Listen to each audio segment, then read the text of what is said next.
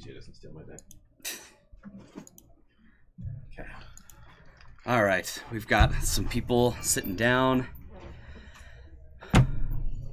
Devin on Mud Post, Remy on Tezzerator, Zach on Miracles, and Matt on Tez. We have two Tezzerator players. Let's just pass. Can we just repair?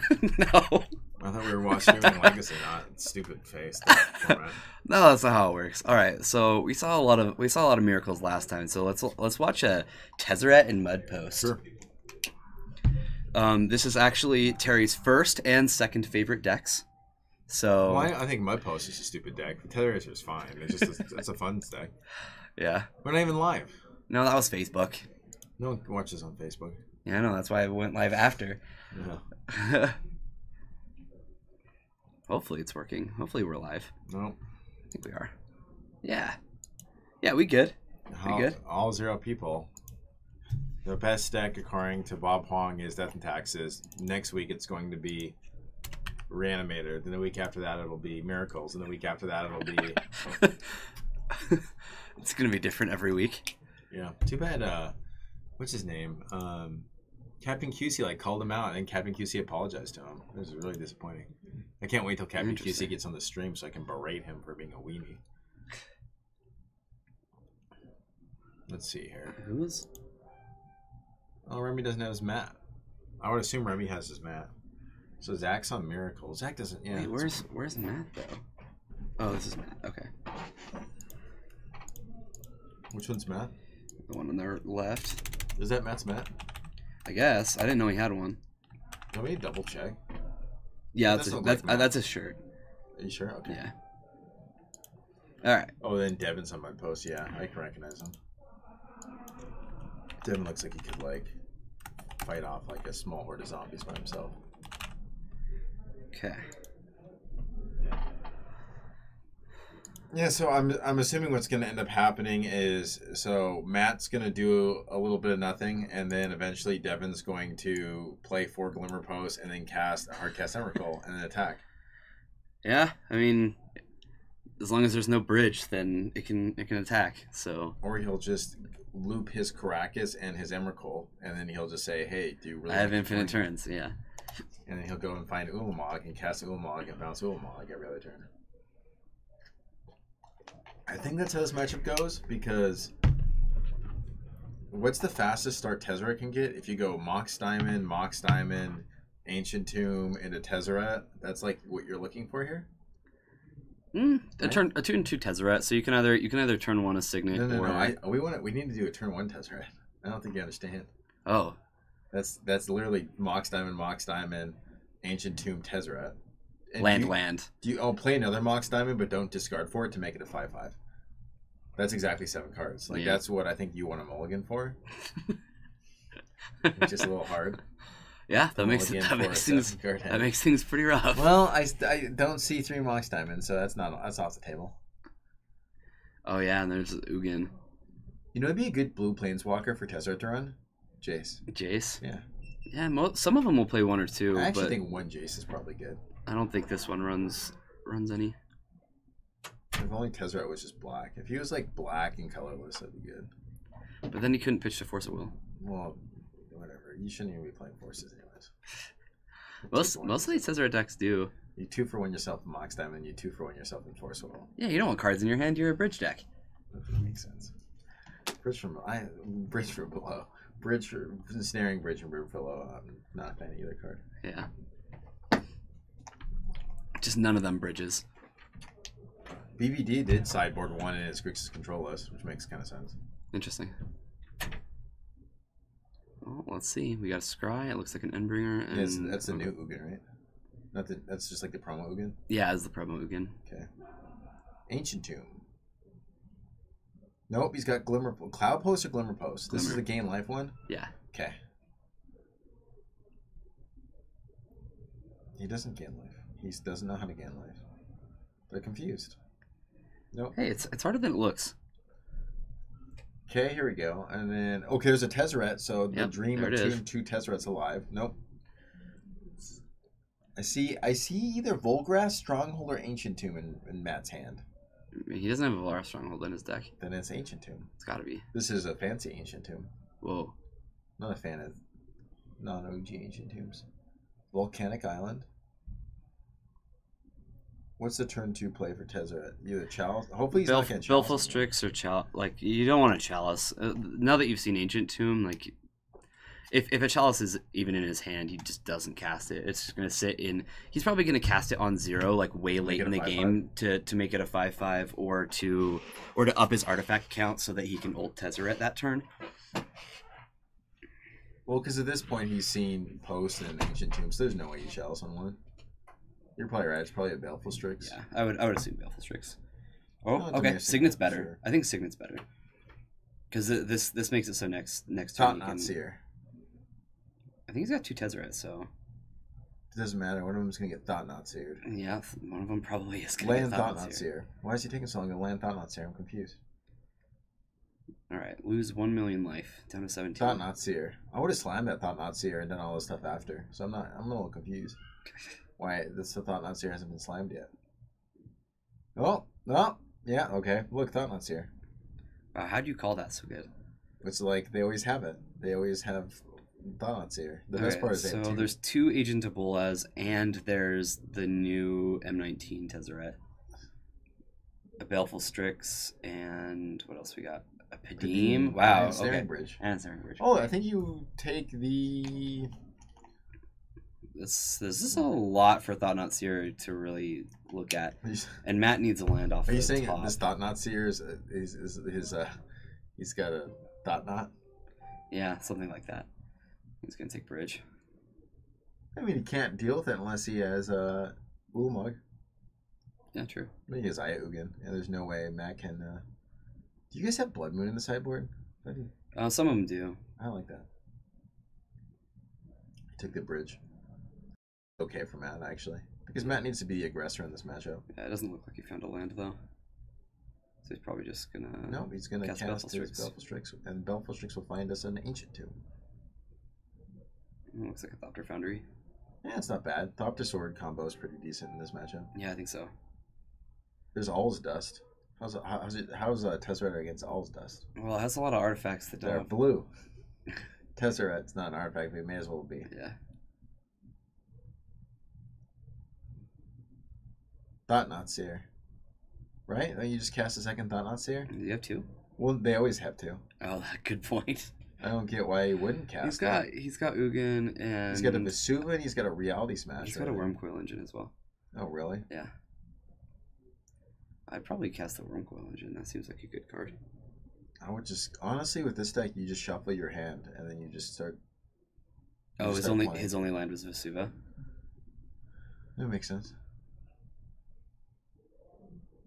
Yeah. Oh, no, he had City Traders. Yeah, he doesn't want to play it, though. He wants to play his Ugin out next turn, I'm pretty sure. Yeah, that makes sense. I'm surprised he could have copied the Ancient Tomb and just, like, ramped it out. Take it. 6 damage might be too much, but... Is that an Ensnaring Bridge? Yeah. That's pretty good. It'll give Matt time to potentially Tezzeret ult, and Devin has to find Ulamog, because Alls doesn't want to do anything. Are the Thopters colorless off of Thopter Foundry? No, they're blue. That's unfortunate. You can just... Yeah, it actually is pretty unfortunate for him. Unless if Matt had more mana. Yeah. Okay. I think, like, Ugin getting played and just start doming him probably has some problems. He's got a Force of Will. I think Matt does have the Force of Will. He's got 2 Tezzerets, too. Him taking a lot of damage is pretty significant, because he's going to go to 14, and, like, Tezzeret ulting, like, isn't that far off. No, definitely not. And Matt's got a Mox Diamond in hand, too. Force of Will. Force of Will will remove one of the Tezzerets. Nope. He's just going to bolt down... Does he not have Force? No, not in his hand. I thought he did have Force. He'll take 4. Nope, so now he just slowly dies to an Ugin. Yeah, that looks to be the case. Can't seem to find a land. That was exactly the opposite problem I had last week. For the folks at home, he did not play around days. I'm not too surprised, and I'll tell you why. The reason why I'm not too surprised is if you look back to 2016, Raptor, the Josh Hutter-Layton fella, he's been on Death Shadow for quite a while, and it looks like the only deck that made him switch over from the deck was Grixis Delver, which makes kind of sense with what the power level of Grixis Delver was. So if based off of the Channel Fireball and the Team Ultra Pro guys all being from the same team, I think he just felt like it was the best position deck. And I think there's something to be said about it being a Delver deck and it, giving angle problems to Grixis control decks and beating combo. But the thing is, like, I think it was well known that most of the pro players weren't going to play Miracles. And, like, Blue-White Stoneblade was kind of viewed as underpowered, especially with the amount of Grixis control decks that were going to be there. And the Death and Taxes was the only real source of Paltro's deck. And they were afraid of that, and that's what you see the 3 Dreaded Knights, is because they acknowledged that Death and Taxes were going to be their worst matchup. They felt like there wasn't going to be any Miracles there, and they made a good call. There wasn't that many Miracles. Yeah. A lot of the players who are known for playing Miracles didn't play in that tournament.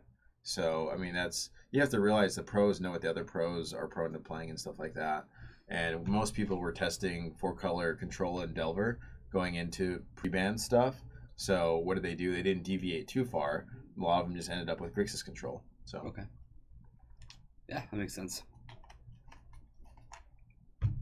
It's kind of why you didn't see, like, a lot of lands or a lot of legacy decks.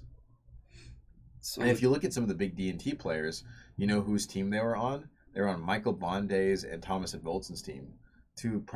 I think if you put 2 people in the room and said they're the 2 best Death and Taxes players maybe ever, I think there's a chance those 2 guys may be in that room. Mm-hmm. And so the Hariawa Latin teams, they were testing with those guys. So it actually makes a lot of sense. So, like, the way the metagame kind of worked out, you can kind of see, like, parallels to people feel strongly about playing and their teams trusting them and playing the same deck. Right. I think it's a fine deck. It's a Delver deck. I know you've been on the deck for a while, MG Flory. I think the deck's definitely a good deck right now. I mean, it is tough because you're going to have a bad Miracles matchup, per se. But, like, it's still a good Delver deck that's got a creature that can beat up Termogoyfs and Nimblemonguses. So, like, you definitely are going to be able to... You're going to beat combo decks, too. So, realizing that and maybe hedging against Miracles and hedging against Death and Taxes makes it a good tournament choice. Yeah, I think so. I'm not a fan of it too much. I'm not. I like 3-color decks. I like 3-color Delver decks. But the deck. I mean, if you watch some of the matchups, Josh played the goat. He played the Rug Goat, and he smashed the Rug Goat. And if you would have told me that he smashed the Rug Goat, I would have been shocked. So that actually says a lot if you think about it. Yeah, I think so. The deck does perform really well against certain matchups. Death Shadow does die to Fatal Push still, but Gurmak has always given Grixis and 4-color control fits to the point where Baleful Strix is just so important. So if you can answer Baleful Strix, then your Gurmaks are going to give them fits. So. Right. Okay, so Sorcerer Spyglass looks like it's going to name Tezzeret Agent to Bolas, and then Ugin's going to just start ticking up on Matt's face. Yeah, I don't think there's really an out to this, right? Not any... Thopter Foundry would have to get going really, really fast and start pressuring the Zugin. Why does he get... Oh, is it Baleful Strix? Yeah, so he did find a land. I imagine. So he made a Tearing Bridge of 5/5, which is interesting. He needed it to be an untapped colorless artifact, and that was the only one. It dodges all of Ugin's abilities. Why does he do it? Why doesn't he just keep +1 with Tezzeret? The Tezzeret has a Sorcerer Spyglass on it. Oh, it does. But why do you do it in the first place, make it a 5/5? To block the Thought-Knot Seer. To keep the Thought-Knot Seer from attacking. Can't you just... Oh, because he had too many cards in the hand? Yeah.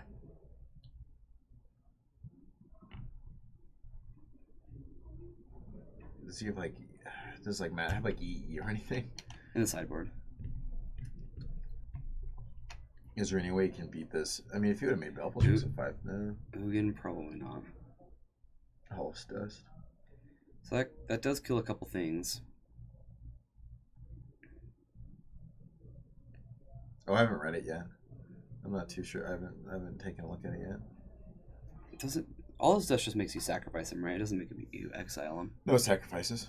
Yeah, he put him in exile. I don't think it'll matter, but Yeah, I don't think so either.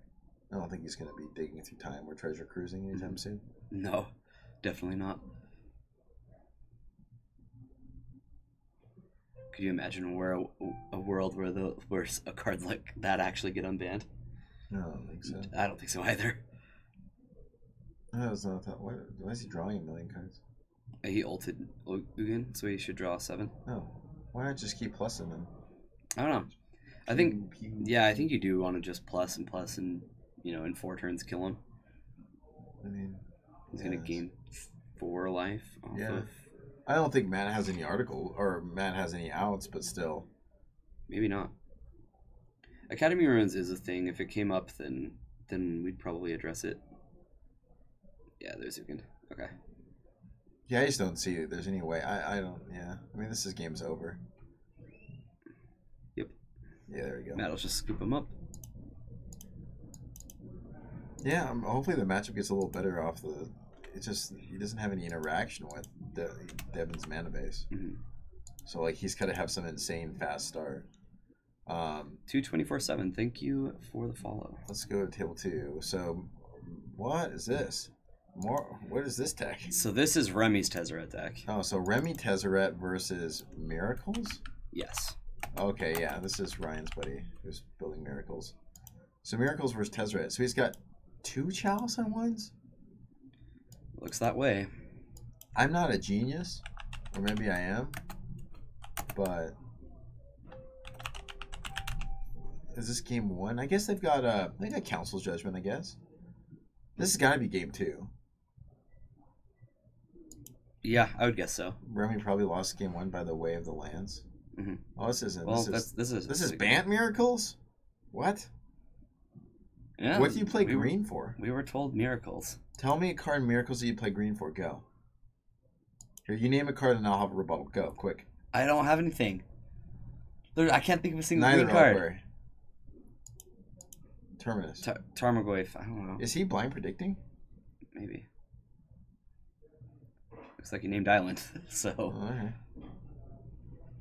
They must have brainstormed. I don't know. I think he just double fetched, didn't he? Yeah, that's weird. You just go blind name Island, obviously. Sure. Eureka. Yeah, it's got to be Eureka. Good call. Sylvan Library. Good call, Escobert.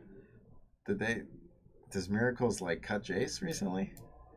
Then you just want to play Jace instead of Sylvan Library? Yeah, probably, but like, I mean, you asked for a green card. Sylvan Library is like a card that would work fine in the deck. I just think there's got to be another. I can't think of a green card. Maybe he just didn't have any more basic islands. Okay, sure. Natural Selection. These are some interesting, Natural Order. Maybe he plays Natural Order. There you go. Natural Order with Monster and Mentor tokens. He's got a Mentor in hand. Antiquities War.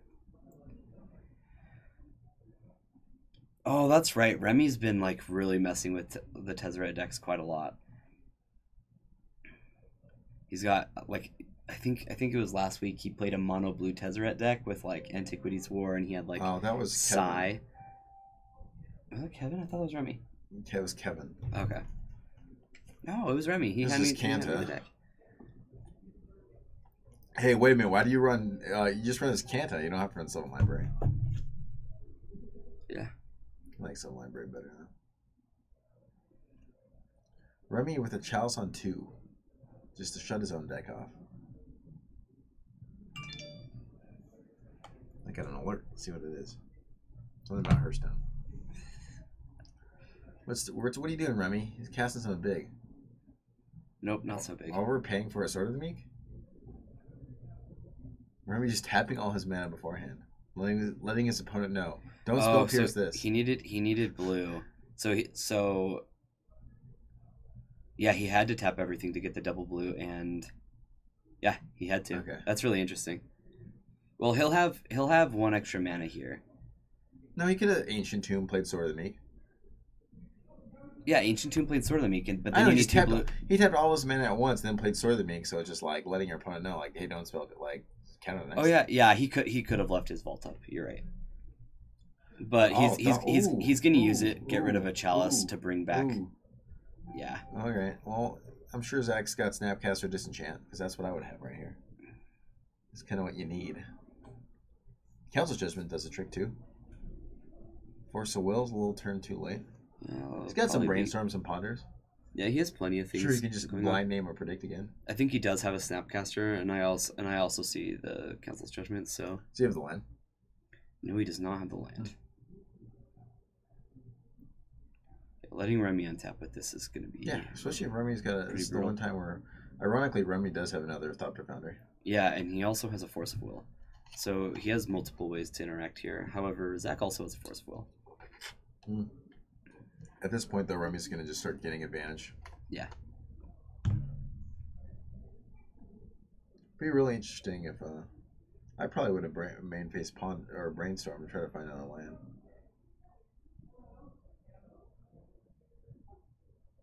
Yeah, maybe he thinks his Azcanta can get there soon. Is he just trying to get the flip? Probably. That's what he's trying to well, he can keep bottoming, and hopefully he can find a land that way. And if not, then eventually the Azcanta will flip. Sure. It's a pretty slow plan, but yeah, I guess a flip. What the heck is happening? I don't know. Okay. Yeah, now he can Snapcaster Disenchant. He's got Council Judgment too. He didn't have the right mana though. He decided to play Tropic Island instead of another Tundra. Yeah. Snapcaster Disenchant, I'm assuming. Jace. Okay. It's interesting. So he's going to +2 with it? Or he's going to just Brainstorm, right? Yeah, because Remy's going to make 1, 2, 3, 4. No, Remy. No. You just make Thopter tokens! Just make Thopter tokens! Oh, man. Yeah, that... What is that Jace even going to do? Did he force it back? What? Yeah, he did. Oh, man. Oh. Remy, no. Sure did. Remy, no. So he's only got 2 damage to throw at this Jace. Not that that's like a bad thing or anything. I would have saved my force. I would have too. Oh no, Remy's got his own Jace, I think. There was no reason not to just... Why? Because he can just make a bunch of Thopters. He makes 5 Thopters, and then if he brainstorms, then Zach still just, what is he going to do? Swords to Plowshare one of the Thopters? Yeah, he just kills him with a bunch of Thopters. He kills him with a bunch of Thopters, and then you have a bunch of Thopters. Yeah, and you gain a bunch of life, and you still have your Force of Will. Yeah, for sure. Does that make sense? Like, you gain serious board presence against Miracles, who now has to sweep. Yeah. Playing around Surgical, I don't know how that's playing around Surgical. If they have it, they have it. Like... Against, like, Thopter, I guess, yeah. Yeah. When he tapped out for a Brainstorm, like, I don't know. Yeah, but why would you do that, Jay Winner? You'd force the Surgical. You'd force the Surgical. Yeah. He just Terminus one guy. Okay. Yeah, Chalice there, too. Good catch, yeah. Yeah.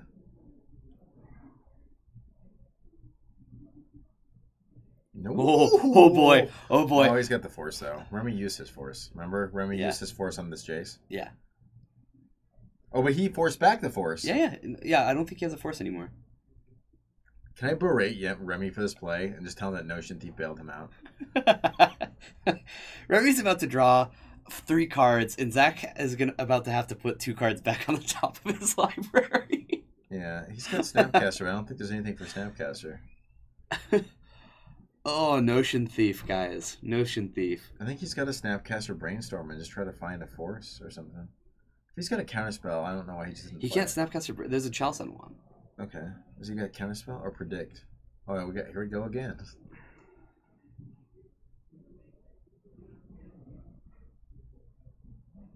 Shows one. Counterbalance. Force of Will. Okay. Yeah, there's a Force. Why do you think about that for so long? I'm assuming he didn't blind name that. Okay, so now we get the Brainstorm. Oh, that would have been so beautiful. I swear I never get to see Notion Thief actually do it. It always gets countered. Or like lightning bolted or something. I'm like confused by this. Back to... Oh yeah, we have round. Round 4. Round Oh, 4, sorry yeah. guys. Those black red reanimator mirrors. Whoever. A lot of exhumes were played. Sorry, Kerpamies. I'm sorry. Didn't get switched from last week. I switched the table 1, but not the table 2.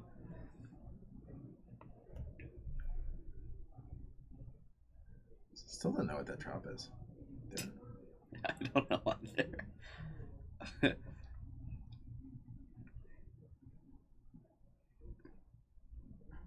All right. Remy, make 2 Thopters.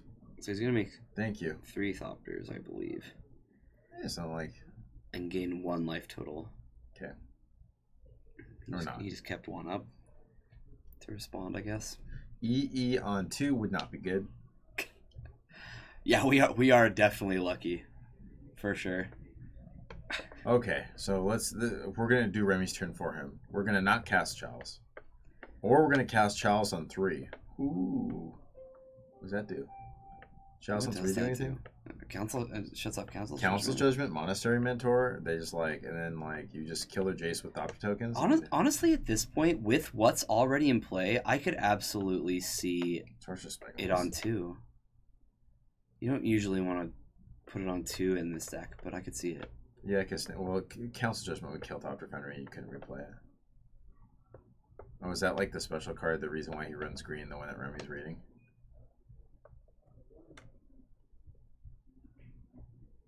Well, I don't know. It's a Snapcaster, 2 Council's Judgment, and they usually fetch out their basics like crazy. So I think it's okay.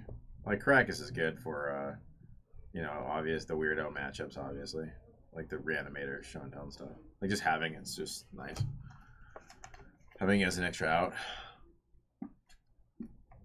Miracles is just so land heavy. I can't remember a time where I stifled Miracles. Usually the time when you stifle Miracles, a player out of the game is you have to have a really quick away for something. I think it is. There's is Dramaka? Is that green colors? Dramoka, yeah, it's green white. Look it up. No, I know what the card does. It is. Well, I don't know what the card does. Okay. So that's the problem. Did we see it? Did we actually see it? Well, that's what Bear with 2 Guns said, and he's a Bear with 2 Guns. I'm gonna take him seriously.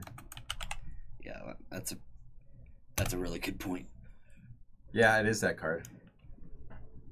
So it's 4 a green and a white, and it can't be countered.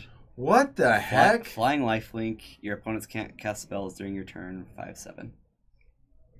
That's a game ender. There's a 4-mana Planeswalker called Jason Mindscoper is also a game ender. Yeah, that's definitely a game ender. Why would you splash green for that?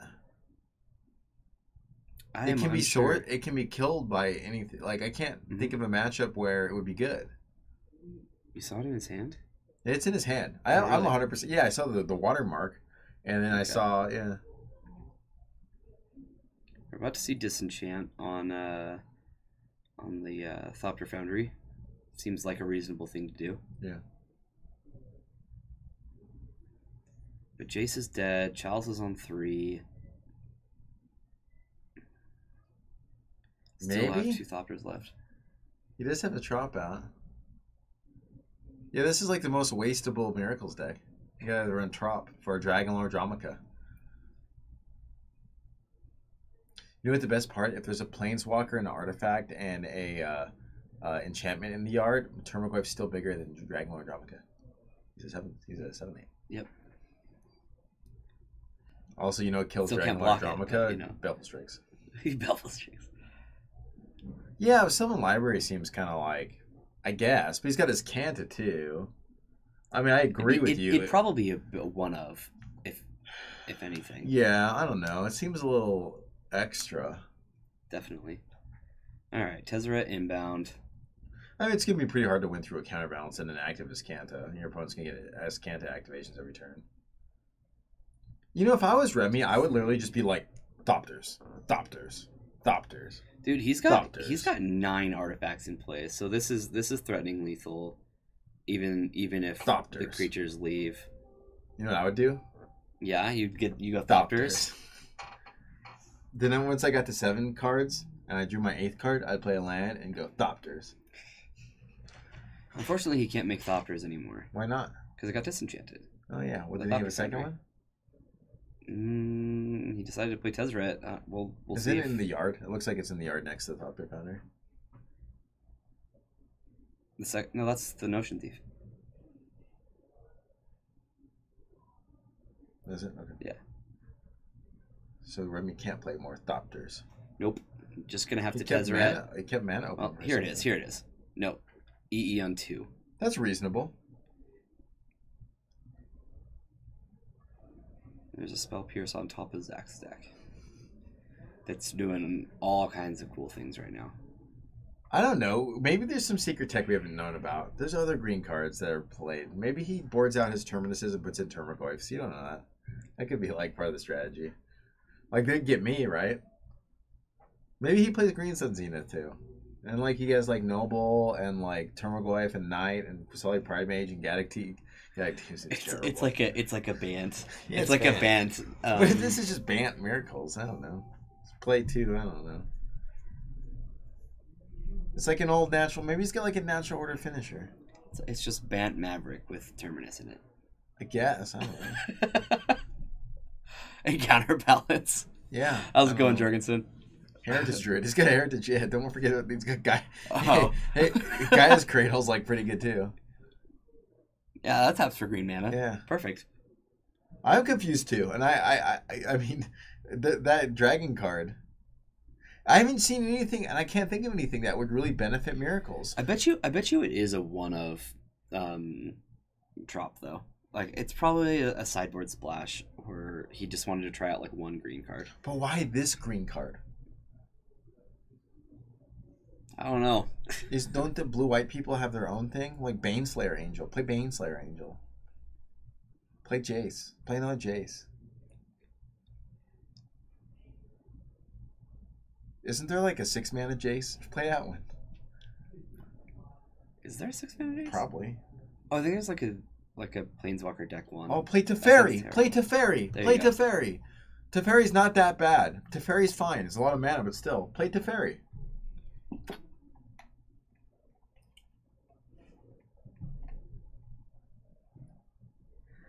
No, I don't think that's legal yet, Jorgensen. I haven't seen those come out yet. What's the 12/12? It's like a new Dark Depths almost. It's a new Dark Depths. Yeah, it's like a weird enchantment. Well, here it is. That's Dragonlord Dromica. What the heck? Well, that's gonna do a whole lot of nothing because Tezzeret's gonna win the game upon activation. I don't think so. I don't know what I've never read the card Tezzeret, and I never will. But what is it ult at 4? Yeah, it ults at 4. So he's winning the game. Yeah. So your opponent loses life and you gain life equal to twice the number of artifacts. Let's chill for a second. Dromica's gonna save him right here. Oh yeah, totally. Yeah. Also counter. Yeah. So the Remy get both games then? Remy get both games. Yeah. I don't understand that. If Dragonlord Dromica was Jace, he could have brainstormed into an answer. Oh, looks like Matt was able to get game 2. So let's jump over here. Looks like we're seeing a mulligan, and there's no way this is game 2. So Matt must have won it. Yeah. So Bant Miracles goes down to Tezzeret, and now Tezzeret's brother Tezzeret will fight Bant Miracles' brother Mudpost. Well, you heard it here. Yeah.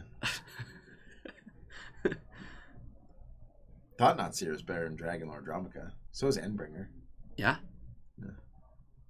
Yeah, two Tezzeret players. Mm-hmm. There's like a gang of players came in. They're all Tezzeret players. They're like in a legitimate gang. I'm a part of that gang, so Really. yeah, cool guys.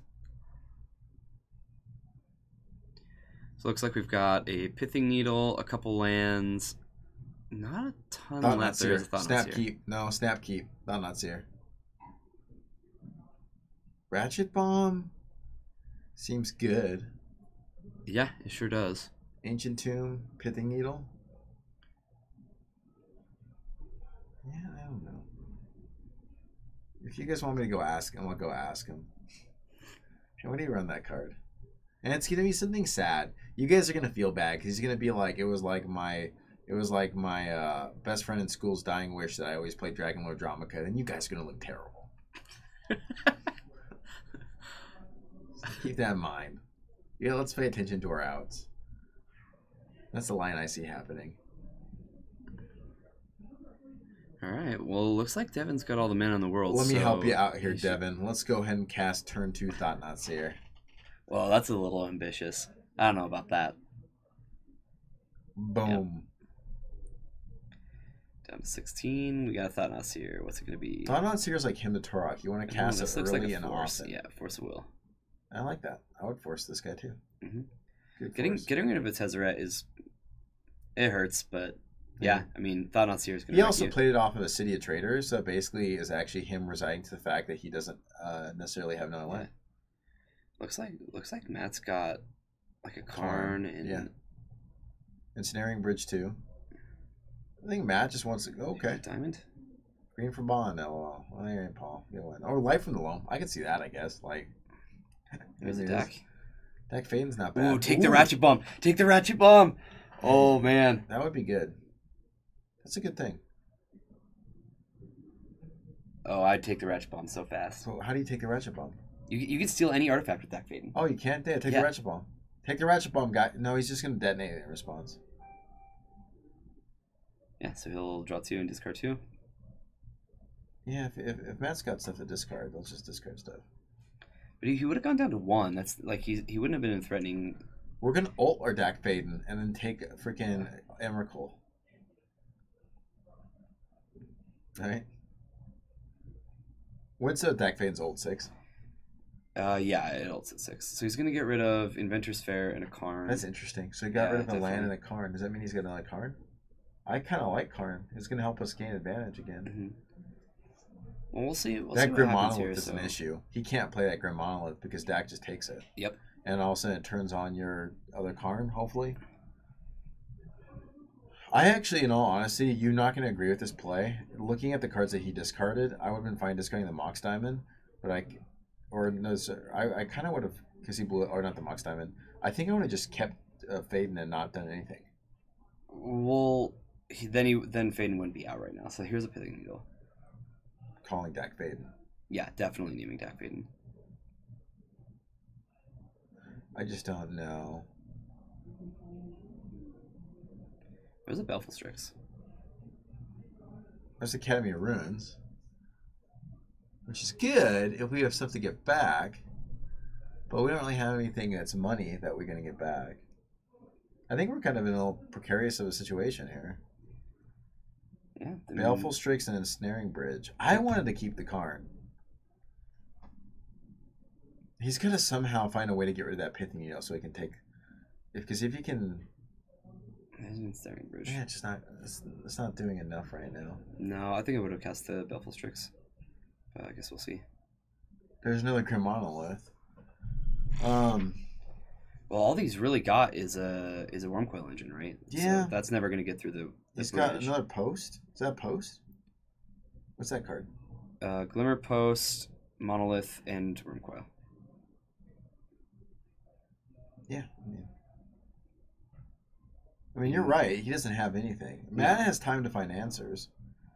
Yeah, he does. I don't like the idea of getting rid of the Planeswalker. Yeah, I think if he found a land here, he'd be looking for Karn. And I still like my play of not doing anything with that.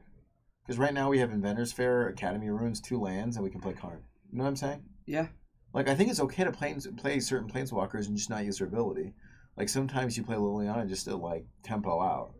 And I think it's going to be a big key play. Because right now we're digging for a land and a threat when we had a land and a threat. You know what I mean? Yeah. I don't know. And then with the Ensnaring Bridge, I feel like Karn could have just taken over by constantly plussing. And then make big dudes, you know, like, hey, here's a big dude. He would have played the Dak 1 turn later if he hadn't played the Diamond, though. Or he could have just passed. He could have just not played anything. Yeah, he could have just played land. I'm also a fan of playing Inventor's Fair, playing Diamond, and playing Karn. Mm-hmm. You know?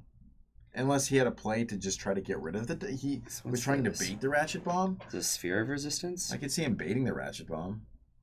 Just so that way he can, you know... It's still 4 turns, 4 Karn activation. This is Sphere of Resistance, right? Yeah. And the minute that he goes up with Ratchet Bomb, you just start making constructs with Karn. Yeah, where he played Bridge, the constructs are definitely less good. Yeah, in my line though, we haven't played bridge yet. Though. Right. Diabolic Edict. Edict. Yeah, not the best against Wormcoil, but I mean, I guess. I mean, you have it, you have to cast it. yeah.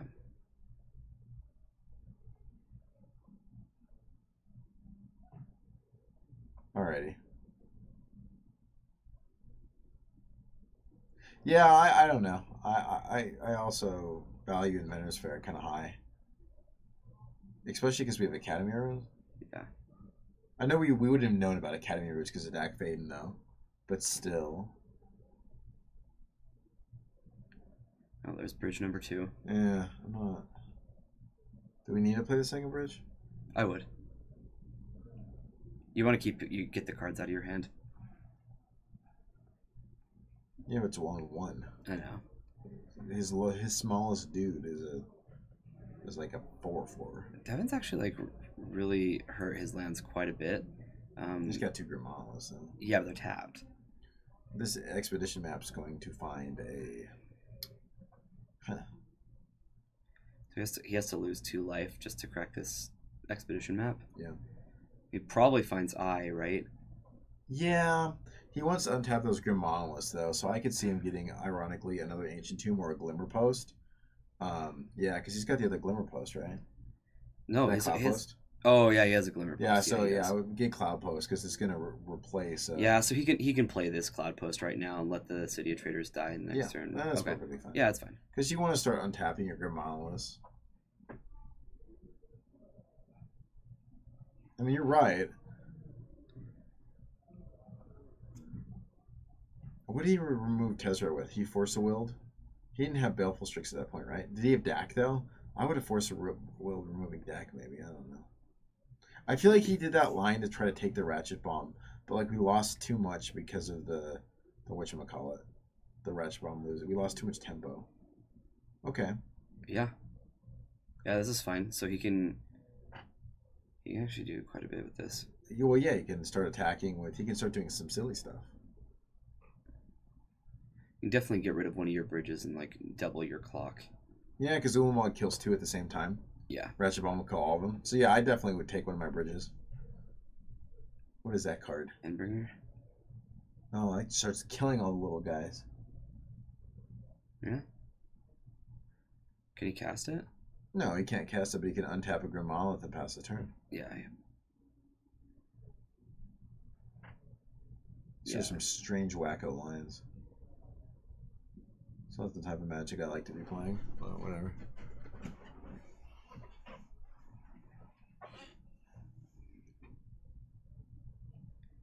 Three. What do we got here? Drop? Oh, okay. Yeah. Well, look at this. We just natural that. Yep, that's really good. Los Natural. Endbringer's not going to save you now. No, Endbringer's not good enough anymore. He'll need all his dust. So he's got to pay 2 life just to untap 1 monolith. Yeah, I mean, like this, you're gonna have just insane untapping. Just getting 4 tokens is gonna outrace Endbringer too. So Ulamog. That's Ulamog. Big Daddy 1, Ulamog. 2, 3, 4, 5, 6, 7, 8. He's got 8 mana right now. The good thing is he can sack everything in response to Ulamog. Mm-hmm. Technically, well, if he sees that line and then just put it back on top of the Academy Runes. So you almost force him to have to remove Thopter Foundry and Academy Runes.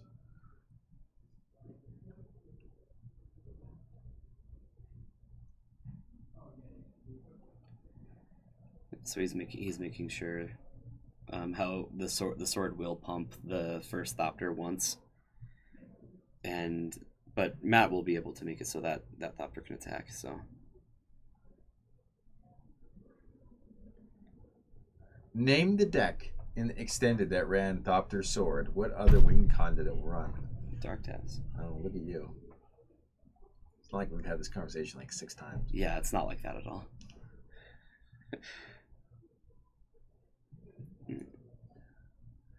My favorite Thopter strategy. Did he find Padim?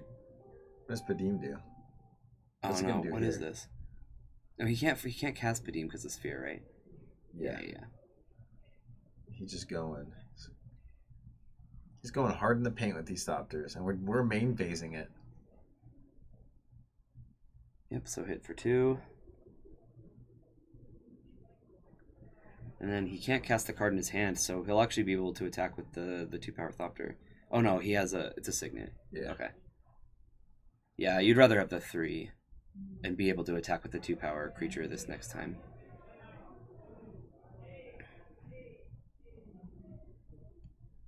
Okay, so he's gonna untap another, and then we're gonna see Umlog cast here. Yeah, but Ancient Tomb is too much damage. Going to 3. He has a worm that's gonna gain him 3 life. Oh, because of the ensnaring bridges. Not necessarily, because if he sacks both, then he can do Thopter Foundry tricks in response to you blocking. You can only sack a non-token to Thopter Foundry. Oh. He would have needed to leave Baleful Strix up to prevent that 3 life gain. So he's going to go to 3, then gain 3, he's going to go to 6. He can sack Ensnaring Bridge in response, just so he can gain it back with... Yes, yes, you can absolutely do that. I don't think he has enough mana to do it, though. Yeah.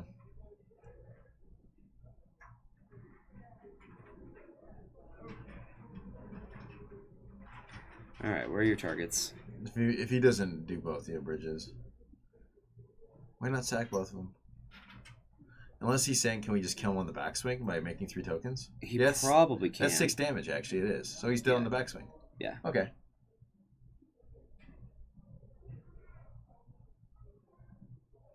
Sure. Take it. No! No. What?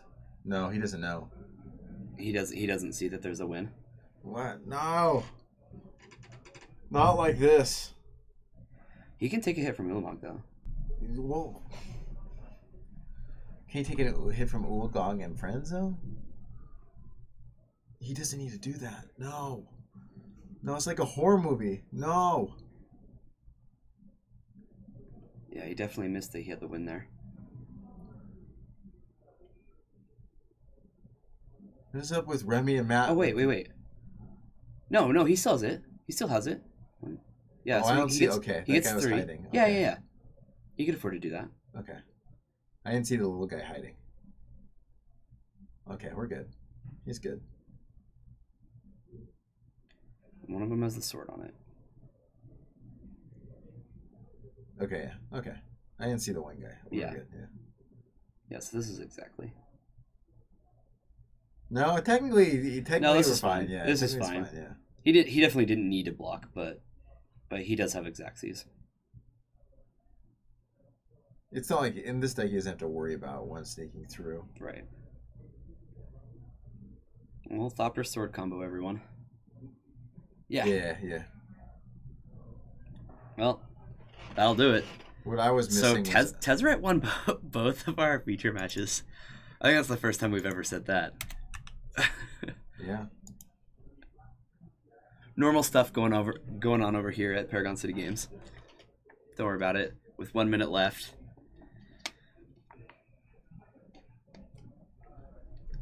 Oh, Brian making some weird motions.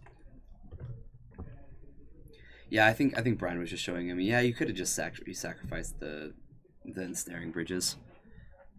That way you can Academy runes. Yeah, I think so too. Yeah. I don't think he needed to do that, but yeah. I think it's probably the best play. Yes. Probably the last. I don't ever expect Tezzeret to win 2 feature matches ever again. I don't. To be quite honest, I'm pretty shocked every time the deck wins. Yeah, sometimes they just get the right hate pieces and they land a Tezzeret really, really early and the game ends. Still shocked. Yeah. The deck loses to itself more than it loses to its opponent. I'll say that much. You play cards like Dimir Signet, Mox Diamond, Force of Will, and you don't run Brainstorm and Fetch Lands and other value cards. You have Fetch Lands. You do? Yes. Well, you have Brainstorm. No, we don't have Brainstorm. You're a Chalice deck. What do you do when you just start top decking Brainstorms like Dimir Signets and Mox Diamonds? Wait, Brainstorms? What do you mean to Not say for the first one? Mox Diamond, Force of Wills, and Dimir Signets. You cast them. You ever just need an answer, then you rip a Dimir Signet? Yes, I've had that happen many times. Well, yeah. Yeah, Tezzeret's really good against Miracles. Well, it actually has some like decent matchups. I'm telling you, it loses to its own inconsistency. Yeah, I don't know. I just think, but Miracles has such a better engine, you know. Yeah, that'd be like saying like Tezzeret is basically just like not like a Mack truck, but like the carriage that's attached to the Mack truck, like the trailer. And it's just like if you run a trailer into a Corvette, the Corvette will probably get crushed. But it's not because the trailer is like a good car. That's like the logic there. Dude, I was thinking that exact same thing. Yeah, so it's not a like yeah, the deck can do some powerful stuff, but it's just kind of generally very clunky. Cards like Colgan's Command are good. Yeah, Colgan's Command and Abrupt Decay are really good against Tezzeret.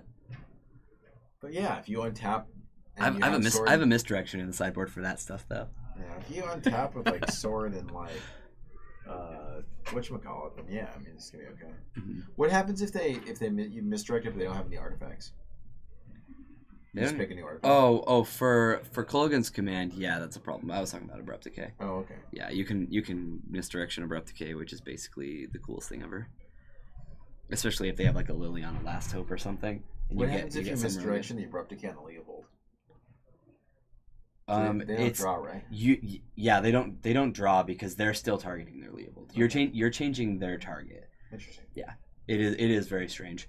That actually works with Trinium Nemesis too. So if they have a Trinium Nemesis in play and they Abrupt Decay and you misdirection, you can have it hit Trinium Nemesis. It's a legal target.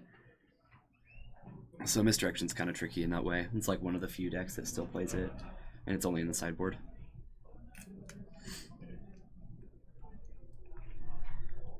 Well, that was a crazy round. We're already 50 minutes too. Yeah, we're already at time, and I would assume there's not too much more Magic being played at the moment, and we should be able to get round 2 up pretty soon.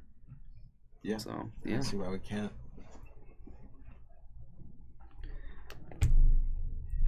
Yeah, that's a weird round to start off with. Now I'm like tired. It's like boring matchup. I found those matchups like super great. It's weird. Terry's like those were the worst. Those are the absolute worst. Bat Miracles. Tezzeret. They're both similar Tezzeret decks, I guess, right? No. So What's the difference? Remy's been messing with his a lot. He runs a lot of artifact lands and he runs Mox Opals. That's already pretty different. But so is it like he's like the west side of Chicago Tezzeret, and basically and your deck is the east side? Every time I've seen Remy's deck, I want to say he's like all in on Thopter Sword as well. Like he's got like 4 and 3. What's the commentators play? I don't know. Ask them. The commentators play in Legacy. I think we're the commentators. Oh, sure. You can answer the question. Right now I'm playing Agrolome. Yeah, we just saw weirdo Tezzeret decks. we saw 2 Tezzeret decks and Eldrazi What Post. do I even play? In the first round. I guess I play Rug Delver, Esper Stoneblade, and Grixis, right? Yeah, I'd say those are like the 3 decks that you're messing with right now. Yeah, those are the decks I'm testing for Richmond. Yeah, I'm gonna play one of those 3 decks. I'm like pretty darn set on Agrolome. I could see me switching to something like Black Red Reanimator? The Nyx Fit or Black Red Reanimator? I'm not gonna switch to Black Red Reanimator. Have you considered Black Red Reanimator with a splash of white? Yeah, I considered that. Black Red Reanimator with a splash of green? No, I would never do that. Black Red Reanimator with Crypt Keeper? Well, that's just obvious. Why wouldn't I That's run good. that? That's what they're doing now. Yeah. Black Red Reanimator is a fine deck. I don't know what you guys saw. It's just not my style. It's Why not that not? I have anything against the deck. Let's try it. No, I'll be pleasantly surprised. I want some do nothing deck that It's a do nothing deck. It doesn't do anything. It just, eventually wins with a knife. You go Lotus Petal, Dark Ritual, or like Entomb. Or I want to like cheat into play Overwhelming Splendor. Oh, you could cheat into play Gristlebrand. I could cheat into play Gristlebrand. Yeah, I don't know why you guys are so set on Nick Fit, and like the deck for you guys is just Sneak and Show. We want like you guys realize that, right? That you guys realize that you guys should be Sneak and Show players. You're so obsessed about Nick Fit and what it does, and it's literally a deck that does the same thing. I'm not obsessed with Nick Fit. Okay, let's see. Veteran like Explorer. it. Veteran Explorer does what? It goes and gets what? 2 lands. Yeah. Guess what? Ponder and Preordain and Brainstorm do? They go and get 3 cards, and you look at them and you decide which one you want to take. Guess what? Another card that you could do is, yeah. I've never seen Nick Fit win a game. Yeah, Nick Fit's not a great deck. It's a rare sighting. It's cheat and Iona. No, Nick Fit's not a deck. No one should play it.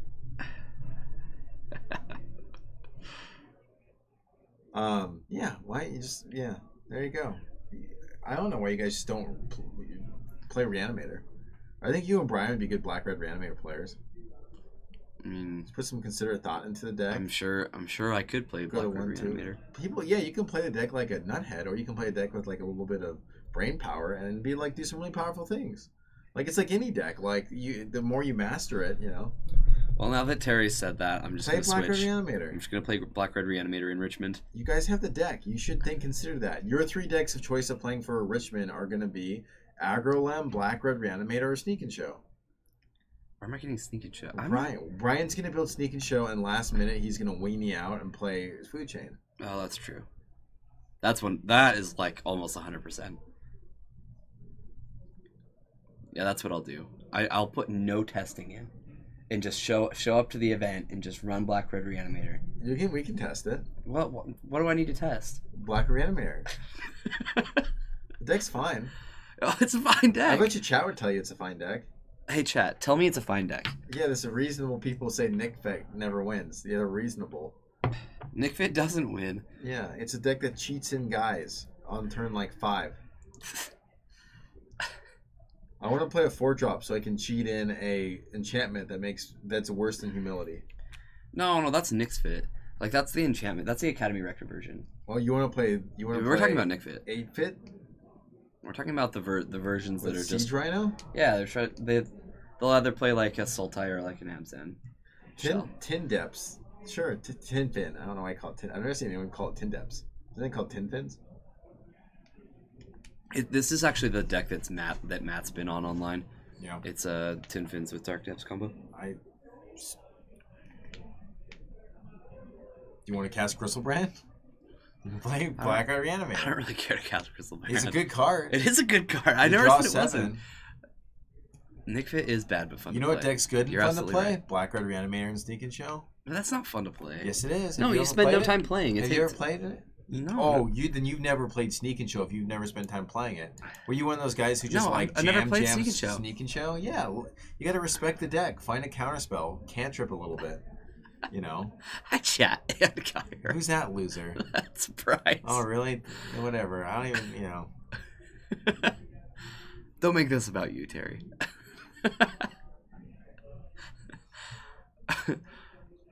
No, I've actually never played like an actual Nick Fit deck. I've played Nick's Fit. It's the I don't understand when people are saying Nick's Fit and Nick Fit. You're saying the same thing. You basically one plays Academy Rector, and the other one's trying to cheat out big creatures. I've never played a blue fair deck, but my favorite deck is blue fair decks. They're completely different. One's like a combo lock deck, and the other one's like I know who that guy is. Like a ramp deck. And that's Bryce. I know that Bryce. Terry seems like the guy who really likes newcomers. Bryce is just sad his 2020s get blocked by Baleful Strixes. You're so right. Terry loves newcomers. Those are his favorite people. Hey, look, Nick Fit. Oh, this is Nick's. Oh, it's Tim's deck on Nick Fit. Yeah, you guys want to see Nick Fit? Guess what? We're gonna give the people what they want. You want to see like a homeless person fight another person? What the heck is going on? Here we go. Okay, so round 1 we had a Miracles deck. What? Two Tezzeret decks and Eldrazi Post. This round we've got a Miracles deck. And the fishes. 2 Merfolk decks. And a Nick Fit deck. You know how what is going on today? You always see that weird thing. We're like, we're back in time. We're not. We're actually just in prison. Let's watch Nick Fit versus fishes. This is a deck where this fish player Tim versus Ryan. This is what the fishes player said, right? He's like, okay, like I respect blue decks because they're really good, so I'm gonna play a deck that preys on blue decks. So I'm gonna build Merfolk. And this Nick Fit player is just like, I'm just gonna honestly see what cards are in my trade binder and build a deck.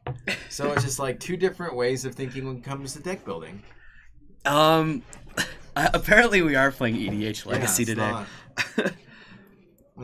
Good. It's casual Legacy week, where we play the rando decks that we have stuffed in our closet, and 2 Miracles players. Don't want to forget about them. The real question is Thomas on Miracles. Is it Bant Miracles? Is it America Miracles? Is it Esper Miracles? Or maybe it's the rare Mardu Miracles. Ooh, I like that. Mardu Let's do Mardu. Miracles. Let's do Mardu. You get Bonfire of the Damned, then you get that new one. Right. We're gonna show Merfolk versus Nick Fit. Definitely. Because we honestly like torturing ourselves. Yes. Let's go. Who are you even rooting for in this matchup? I don't know. Maybe chat can help us decide. Let's go.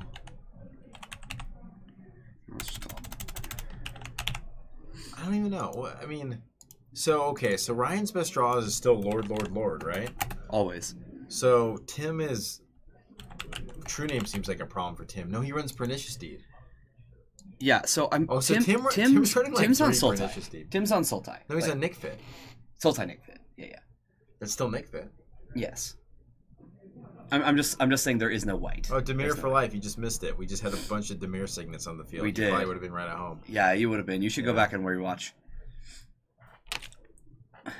So he's got Pernicious Deed, which seems really good against Miracles. Yeah, it seems insane. Yeah, I think he either has 2 or 3, so that seems like the right card. Let's Yeah, I think it does too. Because I think you're gonna, unless Ryan just has the absurdo like boom, boom, boom, Lord of Atlantis draw. Wait, Tim is on Bug Nick Fit, which is a problem. Because he's gonna present an island. Yeah. But still, Tim runs like 3 Pernicious Deeds. It's like not funny how many Pernicious Deeds he runs. Nick Fit, Rex Merfolk, I think. I wish we had like an option where you have to like identify and then you have to identify with one of the players. Like you have to then change like your name and you can accumulate points throughout the tournament. You get like a little Lord of Atlantis next to your name, or you get like a Siege Rhino, or you get that'd like be so cool. You get like a little Tezzeret. You just vote for this like round. That'd be cool. That'd be really cool.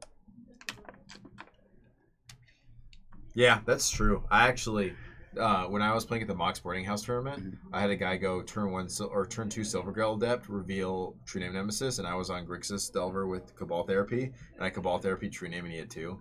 Yeah. Yeah. Thanks, Silver Grail Adept.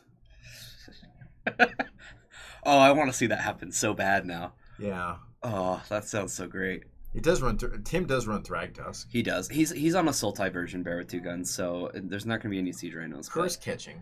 Yeah, Curse Catcher's not the greatest. You can stop with turn 1 Cabal Therapy, I guess. Yeah, it would stop that. So he doesn't run any of the Arena Rectors? No Rectors, no big enchantments. Okay. He's just trying to use Veteran Explorer to pump out mana and play things like Thragtusk and Grave Titan. Okay. And yeah, that's what Nick Fit is. Does Tim not own cards like Noble Hierarch? Because that's I don't think so. You can ramp out guys. Yeah, there were versions of. He is Cabal Therapying him. This is a line. This is so. Yeah. If I'm Ryan, you see Bayou Cabal Therapy. What's the first thing that you see? Oh, this isn't the Ryan that I thought it was. Oh, it's a different Ryan. This is Ryan who works here. So this is employee versus employee. So Tim probably named True Name Nemesis, right? That's good. So Ryan basically just -1 Tim. That's a good play by Ryan, not sacrificing the Curse Catcher. Yeah, just letting it hit, see what happens. Lord of Atlantis would be good. Yep. So Tim named he drew Lord it. of Atlantis. Yeah. So Tim named Lord of Atlantis, which is interesting. I would have named True Name. Because we could hear him from outside going, "Are you kidding me?" Yeah, he just drew it. So if any of you have played MTGO, that's how it actually works. You name a card and then they draw that card. Ponders. Jund is my favorite Nick. Jund Scape Wish. My favorite Nick Fit is Delver Fit. You run Delver Secrets and instead Days and Wasteland. Instead of all the Nick Delver Fit cards? Fit, yeah. Fit Delver is another good one too. Fit Delver actually is my favorite. I lied. It's not Delver Fit. It's Fit Delver. Whoa. You run like Termagoyf and stuff. Yeah, this is like the draw he wants to see because like. This is looking. Tim's best play would be to go Pernicious Deed. Pernicious Deed next turn. Yeah, but Ryan. Okay. All right. Is good. Is great. Don't think about it, Ryan. Still though.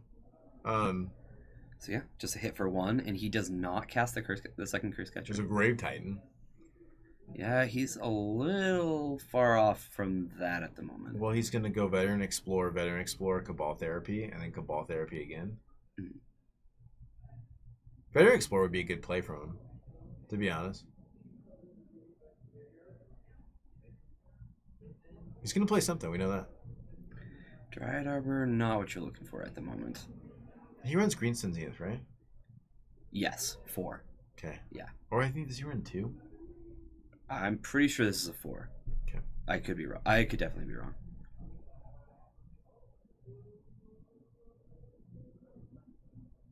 He's got Pearl Trident. Pearl Trident. Guy. Yeah, Master of the Pearl Trident. Yeah, you're just going to run him out, Ryan. I don't think you're afraid of anything. Nope. Yeah, I think you just play keep this going. out here and just swing. You know what? If I was him, knowing that Tim wants to go with Veteran Explorer stuff, let's fire up the Mutavault and send him in. Yeah, I don't see why not. Send him in. You should either cast the Curse Catcher or you should attack with the Mutavault. Either way, I like animating a lot. Let's be aggressive. Let's turn sideways. Tim's gonna Abrupt Decay, the Lord of Pearl Trident. Yep. Oh, that's not very good. Okay, so Curse Catcher is gonna take it. Yeah. Why else? Curse Catcher's not countering anything else.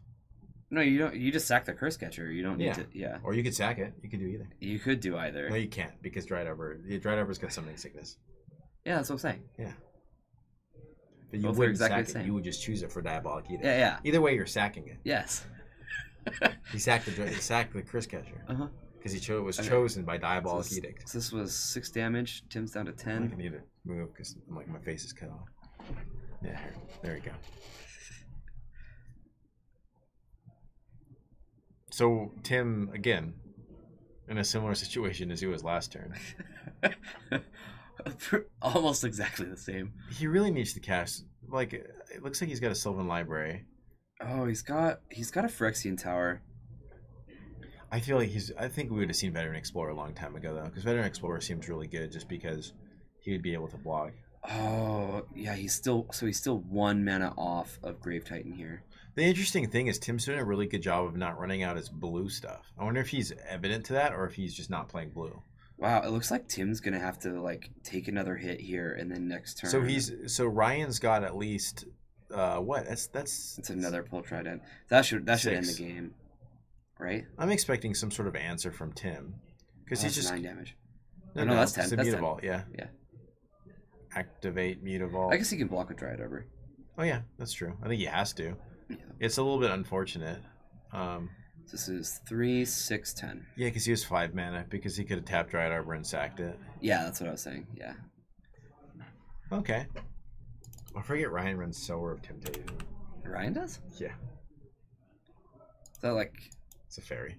Yeah, why Sower? I don't know. Alright, sorry. Let me fix these names here. This is our last round. So this is Thomas on Miracles. And Davis on Miracles. On Fish. Why do people call it Fish? Isn't it called Merfolk? Yeah, Merfolk are just Fish. Yeah, that's lame. It's just a dumb name. It's called Merfolk. It's way too late for that. Nick Fit is so good. Too strong. Yeah, to be honest, I'm pretty sure Tim's strategy is to lose game 1 and just go into tank game 2 and 3 and pull it out. That's what I would do. So it's probably for Merit Lage? Huh, yeah. In all honesty, I think I asked him about it and he's just thought he was a cool card.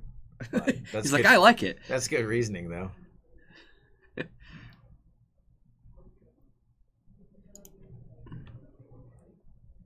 Mutavault's certainly a good answer to Terminus. Yeah, fish is a different deck. There's like other fish. It's like they're not tribal fish. Isn't there other fish? They're tribal merfolk. Wow, we're really reading into this seriously. Yeah, just saying. That's what Benjamin said. I already said it was too late. Like, what else do you want from me? It's never too late. Just like it's not too late to cast Lord of Atlantis. Comes into play tapped island. Ooh. It's the best kind of island. No, fish is the same deck. It's the same deck. I'm being facetious. Was I really the only one who caught that? Like, there could be a tribal fish deck. I'm just saying that. If tribal fish ever became a thing, it would be a little confusing. It would. It'd be a standard all-star at first because it would reprint a bunch of fish, you know. And he'd be like, "Hey, I'm playing Fish today in the Legacy tournament." And they're like, "Oh, you're playing Fish, like the standard All-Star deck?" And I'll be like, "Yeah, it's good." It's like, "Oh, not Merfolk?" And they're like, "No, No, just Fish. just Fish."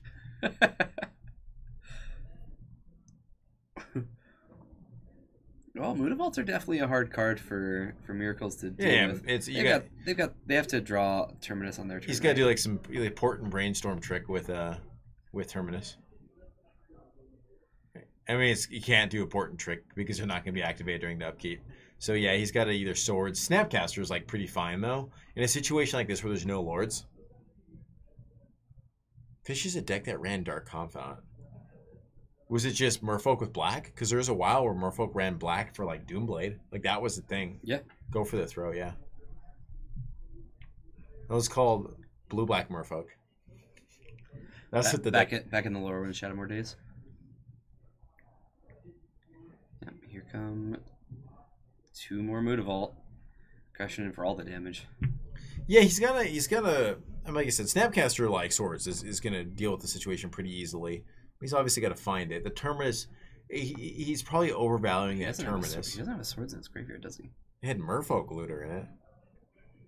Is the deck called Go Fish? Because there's a deck called Go Fish, and I'm pretty sure that probably was the deck. Are you sure it's not called Go Fish? Because that makes sense if you're playing Looters and Bobs. Like, I could see someone being like, Go Fish. Yeah. Yeah. Someone look into that. I like my analogy to it. That it's probably called Go Fish. Can we play a deck called Punishing Fish? I know it's called Fish. Also, why don't we run Burn of the Grove Willows in Merfolk? And we can just play Punishing Fish. Oh, yeah.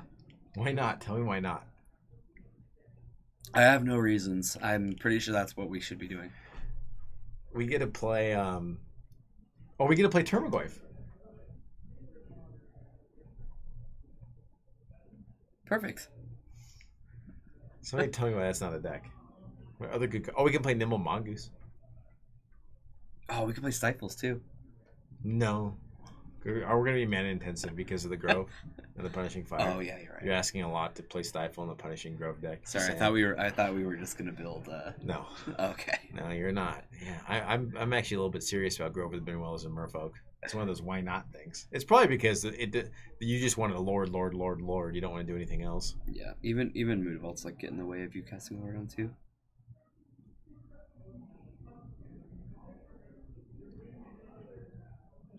Yeah, I mean... Oh, boy. Yes. Stand still. Oh, nice Volcanic Island.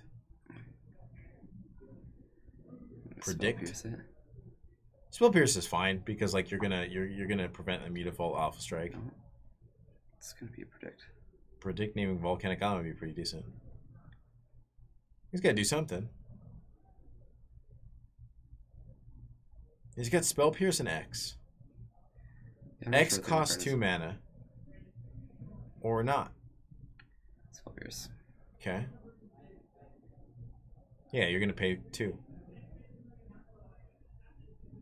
Yep. Yeah, he wasn't going to win with the attack this turn anyway, so I think this is fine to just pay for. Yeah. I'm confused. Yeah, I'm really confused as well.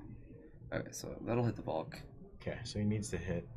I would have predicted first because if you rip he kept his forces in obviously by the forces, you know. Well, this is game 1 still, right? So like you could have drawn into a force. So I would have kept that, but at this point you kind of don't even care about force. Is he going to brainstorm? Well, he's got to brainstorm. There's no reason not to brainstorm. I love it. Davis is like, oh my goodness, put your cards in the graveyard. Important Swords. Yeah, okay, so now the Spell Pierce looks a little bit awkward but still he's not animated the Mutavault, so it just doesn't matter. Like he's gonna have to break the standstill.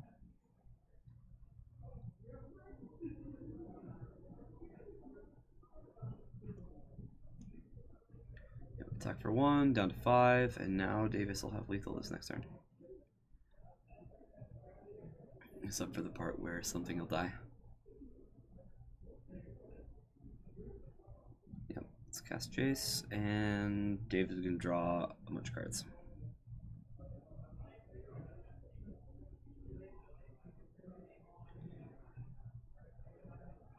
So 3 kind of mediocre draws. Misha's Factor's pretty good though. Yeah. This card's Mutavault's proven really good against Miracle. So the theme of 2/2 man lands, you know, of course, Swords and Snapcaster thing, but he needs to snap now. He's got 2 swords. He's certainly not out of this predicament per se. The one thing to keep in mind is he play a land? He needs to play a land. I think he only he has to play land. There we go. Okay. Yeah, but one thing is because the swords were yeah. Interesting. There's the Lord of Atlantis.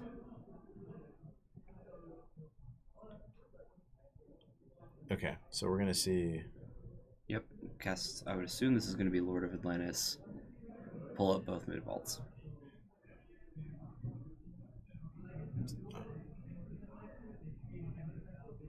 Maybe they're arguing about the art of standstill. That's what I'd be I arguing. don't understand it. Is he standing still? Kind of looks like he's standing still. Is he standing still? Okay, Swords of Plowshare. Meet Mutavault. Yep.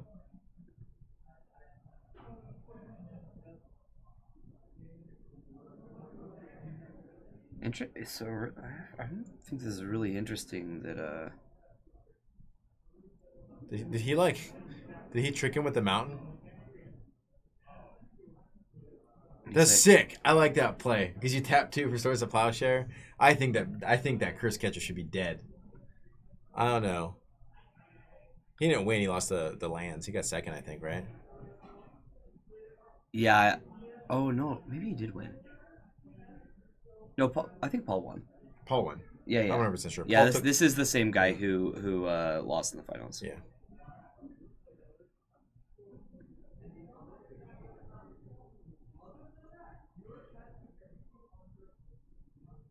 Okay, here we go. Jace, interesting. What is he doing? Just brainstorm. We want to brainstorm. We're going to brainstorm until we find an answer.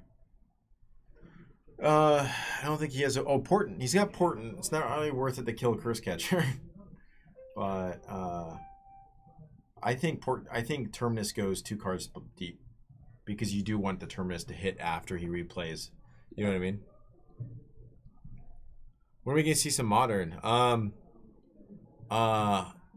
That's part of our goals for 2027 is to get modern on camera.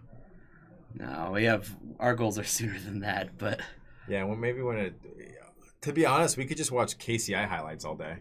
That's the only deck that's worthwhile in modern right now. Oh, KCI. You know how that deck works? That's true.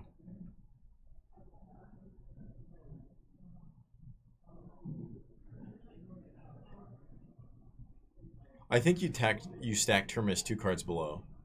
No, he's at 1, so he's actually got to deal with this Curse Catcher.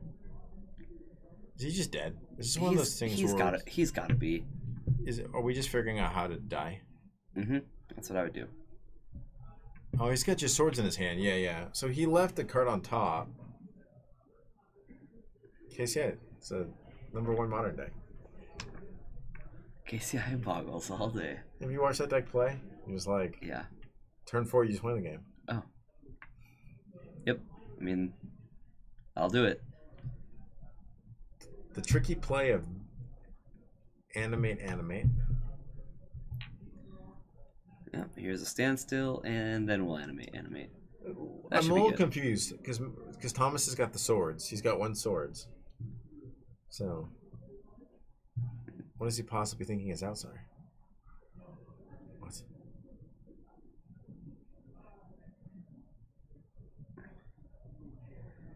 Why? But Davis is being really careful. Like, I don't know why. I don't know Thomas why either. Thomas is legitimately hellbent. He could have tried to kill for the last 2 turns, and for some reason he's like not. It doesn't make any sense because your man lands avoid Terminus. Yeah, I mean. Oh, that makes sense. That's Kurt. Oh. There you go. Yeah. Dude, play Spirits, Kurt. Don't you already have Spirits? That's like a deck now. Spirits. I know he likes his Cocos. Yes, play Spirits. Just play KCI. I don't know why Kurt doesn't play KCI. Get on that deck, Kurt. Play KCI. You're like never gonna lose. Just watch it. Oh. We tried to stream Modern that one time, and it was confusing. It was not the best stream. It's something that we want to do in the future, though. You got blue-white together. No, we're not. They're not gonna ban KCI. No, they probably should. They probably should. That deck's pretty stupid. Like if you watch that deck, it's not fun to play. Yeah, and it takes forever. I'm banned taking forever strategies.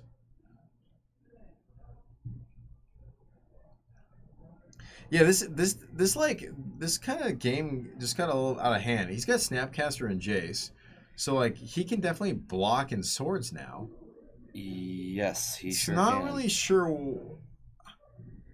I don't know what he was playing around. I wish I could tell you because he's got some dazes and hands that are dead.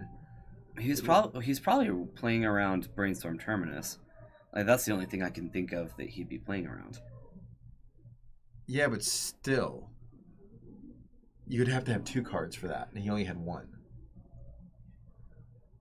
Well, I guess, he stacked it, I guess, you're right. But he used a Terminus already. You'd have to have 2 Terminuses.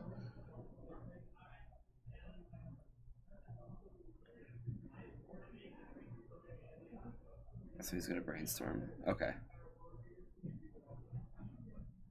Oh. Why didn't he just Swords?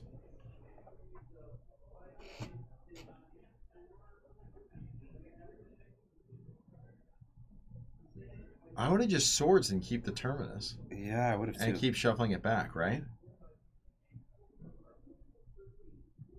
Well... Yeah, I like the play of keeping the Terminus and Swordsing. Sure. Alright, so here's a new creature. Yeah, because then you Terminus. Then this turn, we're going to flip Terminus. Terminus is going to kill Master of the Pearl Trident.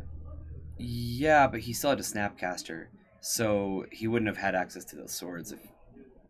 Yeah, no, of course we Snapcaster and we Sword, and now we have a blocker. No, not for Mutavault. Yeah. Oh, now he plays. Oh, okay. I see what you're saying. Now we resolve Terminus. Terminus. Yeah, Snapcaster goes away. We're gonna Brainstorm with Jace, and we're gonna find a Ponder. And I don't really get how he's playing. That was Search for Okay. Skenta. I was like, it's kind of odd. I don't understand. Like, what the heck is going on? Like the way he's like doing his mechanics is confusing me. Yeah, he did. Oh, so he just natural the Terminus. I don't get. What's left in his hand? I'm so confused. I like to consider myself a decent Magic player, like a medium rare Magic player, like a good steak. And I got no idea what's happening. And I played against these decks probably like a ton. So a bunch of draw spells in hand. He still has to deal with the Mutavault. Well, I don't get how these Terminus are getting casted. Like, I understand what Miracle Trigger is. Yeah. Is this like during his upkeep?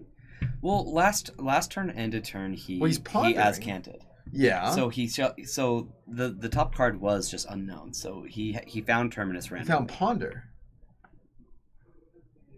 No, I'm saying that then it went to his turn and he Terminus. So why is this Canta still tapped? And all the lands he used for his Canta. So did he upkeep that as Canta? I have no idea. He must have upkeep that as Canta. Yeah. Oh yeah. He must have. And then just got lucky and hit the Terminus? I don't know.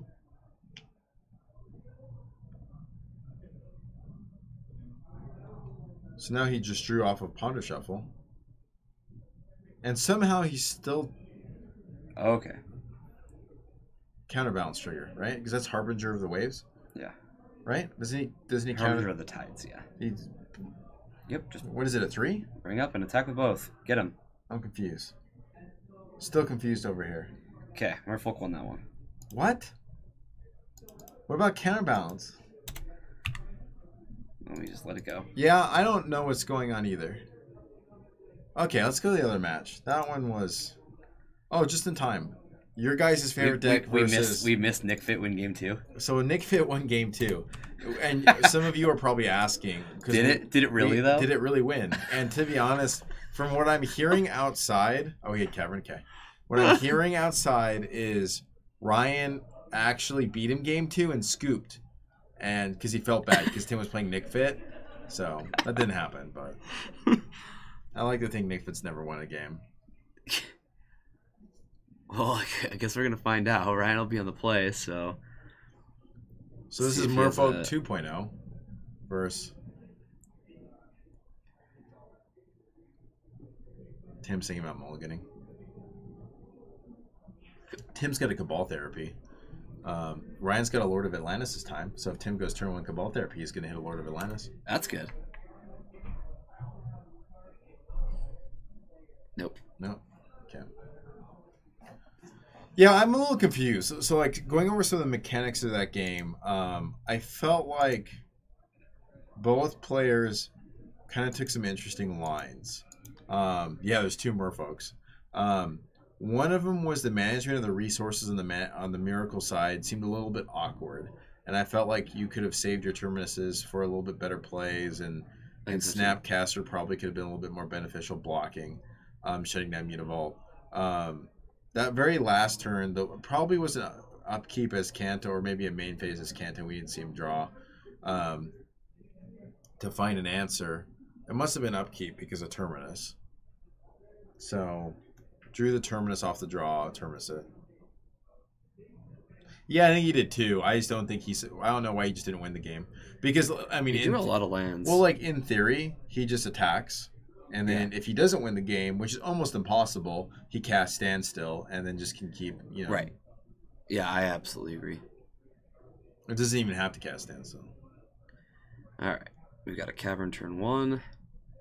And it looks like we've got another Curse Catcher. Yeah. All right. Oh, Tim with a Verdant Catacombs off the top. It's almost like he knew that was there. He wants us to know that was off the top. Yeah, this is gonna be Veteran Explorer, or is it gonna be Cabal Therapy? And if he could do Cabal Therapy first, okay. If you're Ryan, and if he Cabal Therapies, do you counter it? He didn't do it the first time. Oh, Veteran Explorer. Okay. Do you attack with Curse Catcher? Or is it Jitte? Oh, it seems kind of okay. Seems really good if you have a true name. Yeah, sure does. So I would just play the Lord. Play the Lord and attack.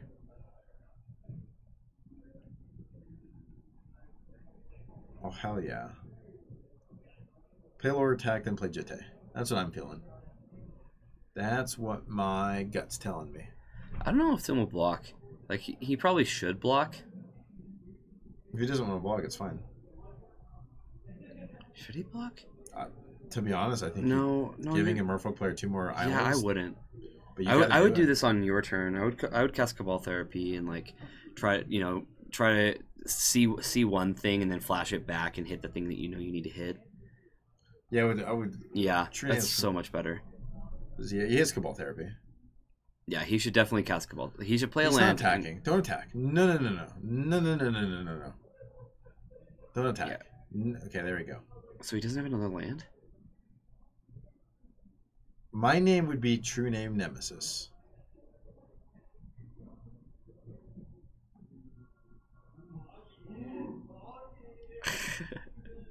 Okay, so he got it, and look at this. So all he has left is the Jitte, and so now he can fly. Yeah, he flashes back. Yeah, that's good. I mean, that's like the best thing the deck can do. Well, that's like the namesake of Nick Fit, right? Yeah. Like it's Veteran Explorer with Cabal Therapy. So the true name was the right name though. It was good, and he got rewarded for it. Yeah, he definitely did. The King of Jitte is pretty good too. Yeah, there is a Mutavault over on the other side. And Tim probably does. Tim's really playing around getting his island. He definitely is. Which makes me think if he blurred out blue cards. What are the blue cards he runs? Does he run Leovold? I think like 1 or 2. I think 1 actually. You can still cast Leovold with Green Sun's unit though. Yeah. So like I could see you keeping in Leovold.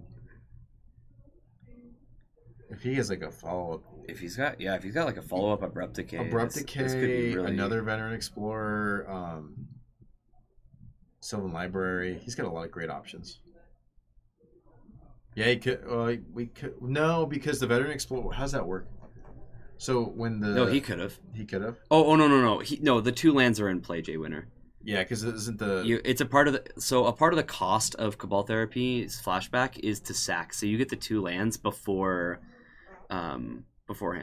So he's gonna cast Diabolic Edict, and yeah, the Curse Catcher's just gonna hit the bin. That's fine. if he doesn't have another sweeper, it makes sense, especially if he has like another edict.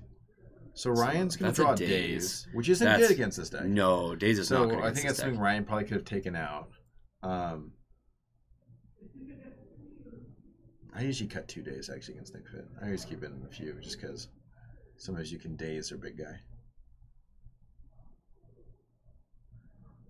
Tim's in a great spot, unfortunately. Unfortunately. I mean, we're gonna see this deck win. I don't know if there's any way I can like run and hit him with a chair, He steel chair. He doesn't have more land. I don't actually think that he's in a great position. Before Cabal Therapy is on the stack, so if he casts Cabal Therapy, flashing back. No, he's right. You can Curse Catcher it. 100% you can Curse Catcher it. Because the way it works is Cabal Therapy's casted. Oh, with it on the stack. Yeah. You're right. Yeah, you're right. Yeah, you're definitely right. Yeah, you're right. In all honesty, though, the play would have resulted in his Lord of Atlantis getting edicted. So it kind of actually saved him and probably gave him maybe a good line. Another Cabal Therapy from Tim seems kind of obnoxious. But, I mean, he's got to do it. I feel like Ryan would have just played out anything, though. So him Cabal Therapying almost is kind of... The fact that Tim's actually low on land right now... Probably would have named Force of Will, honestly. Right? Yeah, it's just bad. I still think that Ryan's like in the driver's seat. Does Ryan not activate the Mutavault here? He should have. Okay. Did it have Summoning Sickness? No. He played an island. Him to Torok. That's fine. Days. Sure. So still no land for Tim. Oh, Venser? What? Wait, why did he give the Hymn to Torok back? He should have bounced like... Can't you bounce a land? I don't know.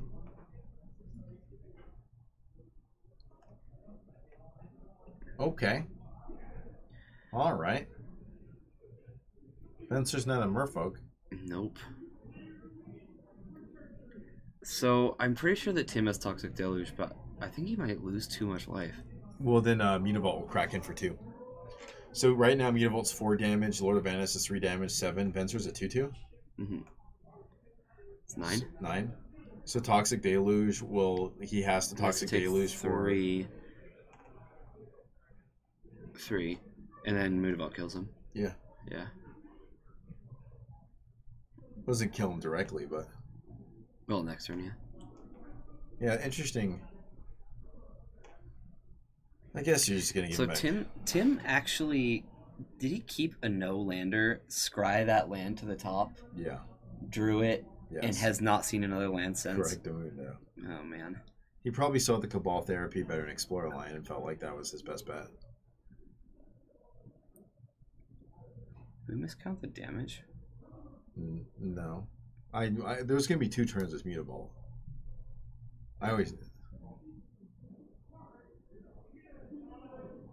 It doesn't matter, though. Tim doesn't have Toxic Data. He has Maelstrom. Ironically, Tim's got Maelstrom Pulse, but he still dies even casting Maelstrom Pulse because of Venser and Mutavault. He'd have to draw a land to be able to play Veteran Explorer and Maelstrom Pulse. Correct. Well, okay, he can get 2 land. He can get 2 lands off of Cabal Therapying the Veteran Explorer. I don't know what else he has though. That's what he's doing. Yeah. Yeah, so Ryan doesn't have a hand, so it doesn't really matter what you name at this point.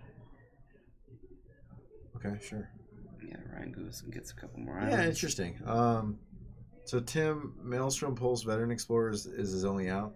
One thing that's interesting is Ryan missed a hit with his Mutavault, which would have been 3 damage, which would have put Tim to 1. So Tim would just be dead if Ryan remembers that Mutavault hit.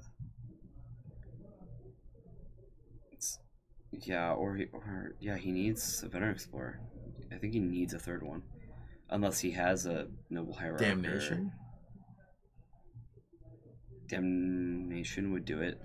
I don't think people play Damnation. Yeah, I don't think he runs it. Yeah, I don't think. I think he runs Toxic. Marsh Casualties. and Maelstrom. He's just showing his cards at this point, yeah. And choke. Oh. Yeah, so Tim didn't draw lands. Yeah. And Ryan's now a winner. Yeah. All right.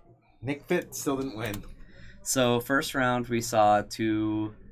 Oh, I guess we still have the last game to watch. Oh yeah, sorry, I was so off put by the match one. I was gonna say, I'm like, man, did we just see round one get swept by Tezzeret and round two get swept by Fish? So here's Miracles. Looks like they're in a better position. So he's Spell Piercing and Power Blasting. Oh, okay. Wow.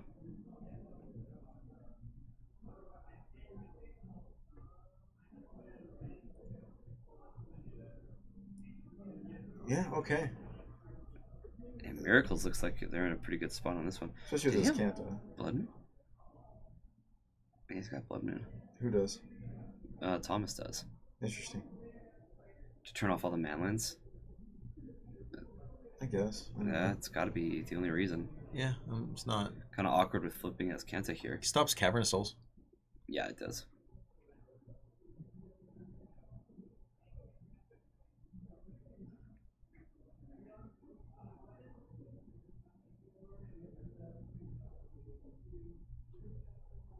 His snap standstill.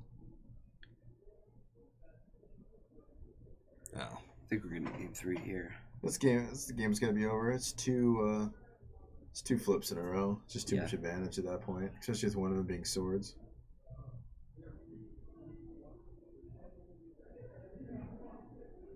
Interesting. Why didn't he just so you wanted to draw the predict, obviously, but why didn't he just Kanta for it?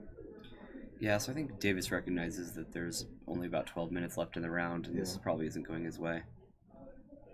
Yeah, especially in a matchup where he can get a quick start and the onus is on him to win. Yeah. I think it's okay for him to do that.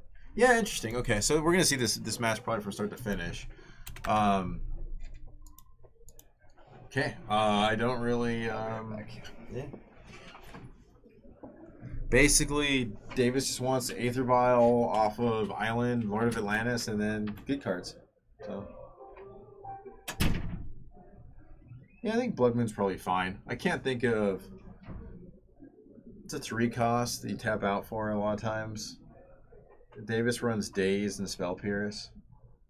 I'm not sure it's 100% what you want to doing, but I guess killing 4 manlands and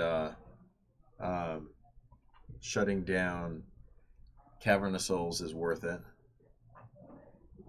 He left the Disenchants in, which is interesting, but Aether Vial and potentially Jete, but you could see that being okay. It's not like you're going to disenchant a standstill. Huh.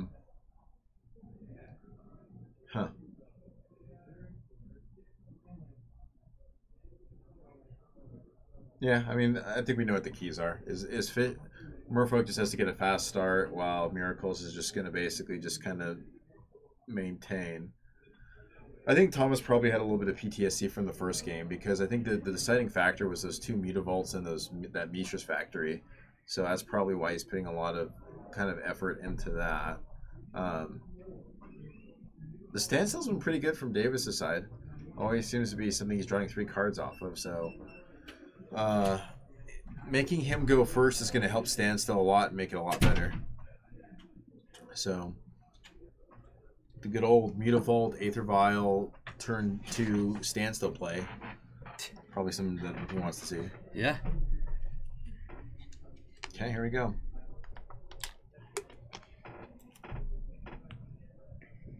Pithing Needle, interesting. What are you Pithing Needle on Merfolk's side? What is Merfolk board in Pithing Needle? Jace. There's nothing else. We've got like Daze and Spell Pierce though. You could also name as the flip side of as Kanta. Yeah, but still though, don't you want to just be bad? Don't you just want to be like? Isn't that a case of over sideboarding just a little bit? Yes, I think so. Okay. I think you want to play more I creatures. think you just want to just go hard in the paint. Yeah. I think Daze is probably better and Spell Pierce is better. Yeah. Okay, Cavern of Souls is a great draw. Lord of Atlantis, and then you get Daze protection too. Oh, so we're going to see a... ooh, I don't think he swords the Lord here. I think this would be a mistake. I think you take the 2 damage and you nod your head and you say this is okay. But it sure looks like we're going to see a Swords of Plowshare here. Yeah, sure does. Oh, he's going to get the Volk. Huh? Did it Pyroblast? Yeah, it could be. Oh. This is probably going to get rid of Curse Catcher, like, no matter what. Yeah, Pyroblast. Yeah, or, okay. Yep, we'll just daze it. Keep that Curse Catcher around. To be honest, I actually probably would have popped the Curse Catcher. Well, I guess it's 2 damage. 2 damage can be a lot. Yeah, I think Curse Catcher is the later one that you want to do. I think so. Forget that. You know, Terminus isn't going to come off the top, so. Well, I mean, it could. Even but, if it did, yeah, that's what I'm saying. You almost want. Yeah, there's no white. There's no white, so. I mean, he's got Snapcaster, so Pyroblasting early kind of makes sense. But I think you could have Pyroblasted here, killed the Lord, and still, what is he going to pop? Curse Catcher and Daze? You know what I mean? Yeah. Let's see what his turn 2 plays, and then we'll kind of evaluate what he did with his turn 1. I mean, he had Brainstorming. He's not Brainstorming this turn to, like, sculpt his hand, so he's got to have a 2-drop here.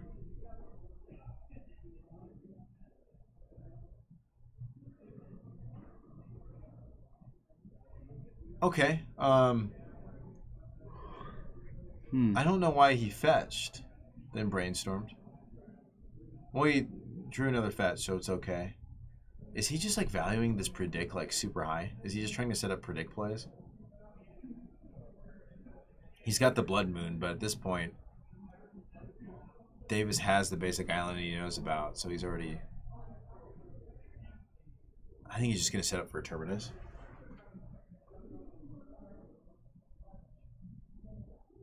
Yeah. And if you're Davis, I think you just run into the Terminus, right? if he was going to run into the Terminus, I think he should have played the Mishra's Factory. Well, I think he's just got Lord of Atlantis. Here's something to keep in mind. He could have dazed and Curse Catcher potentially. Yeah. It doesn't matter though. You still Curse Catcher, then Daze doesn't do it. Okay. Pithing Needle. I don't see. Pithing Needle could have been a Spell Pierce here, and if this Pithing Needle is a Spell Pierce, a Flusterstorm, let's call it Flusterstorm, right? Because Davis still has his Flusterstorms or his Spell Pierces in. If this Spell Pierce is a Flusterstorm, okay. So first of all, what? Wait, why? I don't know either. If I was on Thomas's side, I would look at that and be like, yeah, Pithing Needle's all yours, dude. Like, go for it. Yeah. So let's say it's a Flusterstorm, right?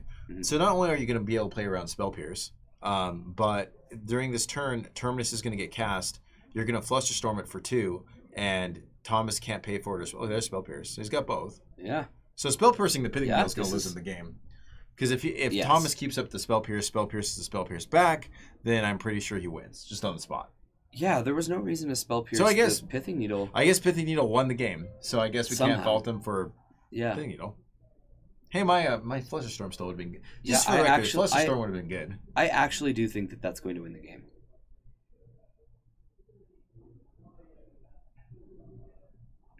Yeah, ironically. But I think Flusterstorm would have done what we wanted to do it anyways. Yeah. And then now Thomas would be stuck with the dead Spell Pierce in hand. Right? Yeah. Because then what else are you going to be spell pass? Because we're going to cast creatures in Mishra's Factory. Mm-hmm. So then we just neg another card in his hand. I don't know. That's just my opinion on it. I'm sure there's some way of thinking, but I kind of feel like if he's getting his Cantaz activations, we've lost anyways. And to be honest, we're not that afraid of a Jace. What was Thomas afraid of? Pithing Needle naming. Pithing, he doesn't have anything exactly. Yet. I mean, there's another Terminus. I mean, typical. He's got to have answers in his deck to a Pithing Needle if he ever did turn the corner and want to win with a Jace. Just for the record, if that Pithing Needle is a Flusterstorm, we still have that Spell Pierce for the other Terminus. Yep. Fact. Yeah. I don't know. I just don't like Pithing Needle. Just doesn't seem to really advance anything on this state for anybody. Nah, Spell Pierce would actually not counter this Terminus. He's got 3 lands. Yeah. It's one of those things where... We'll see if Thomas can find something, but... This is looking pretty grim. He goes down to 6 here. Mishra's Factory gets played. Yeah. I would assume...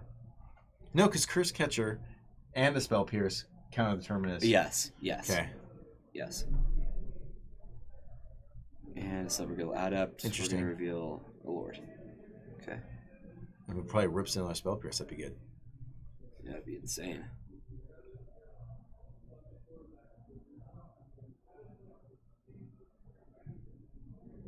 Yeah, that's a good play. Yeah, may as well. So the Ponder was able to find him a Terminus to leave on top. Yeah, so now he's got Snapcaster and Land. So eventually he can... He's valuing that as Canta, I think, way too much. And there's no reason not to just play... I mean, you're going to take 2. I mean, you could block with Snapcaster. But I'm pretty sure... Does he have a Swords of Plowshare in the graveyard? I don't think so. My opinion is you can always block Mishra's Factory. If you're going to devote so much to Azcanta, I think you just play your Azcanta here. I don't think you ambush Viper the Mishra's Factory. Yeah. I think Snapcaster's too pivotal to your strategy. I think you Azcanta pass. Oh, okay. We're going to see an ambush Viper this time. Yeah, we are.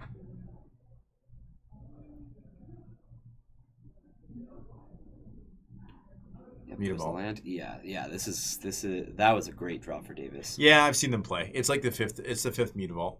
It's he probably runs it because of Standstill, because he's running a Standstill Merfolk build. He probably devotes maybe 1 or extra 2 man lands. I could see 2. More than likely, it's just the one though. I don't know, dude. You're the one in the store, Zach. You tell us. Did both these players win last round? Sideline reporter Zach asking questions. You're the one who's supposed to be telling us what's going on. Yeah, dude, you're a table judge. Yeah, he's not a table. He's sideline reporter. Oh, sideline reporter. Predict. Yeah, you're sideline reporter. Wait, why do we fetch to predict right now? I'm even more confused. Did he name Sculling Tarn? No, he didn't. Yeah, and Pyroblast is... Pyroblast is a good answer. It certainly is. It's going to deal with the Lord of Atlantis and be put in the graveyard for Snapcaster. So that's good. Supreme Verdict's not ready yet. Are you sure about that? I don't know. Am I? You tell me. Okay. You could literally tell me. You could literally go look at the standings.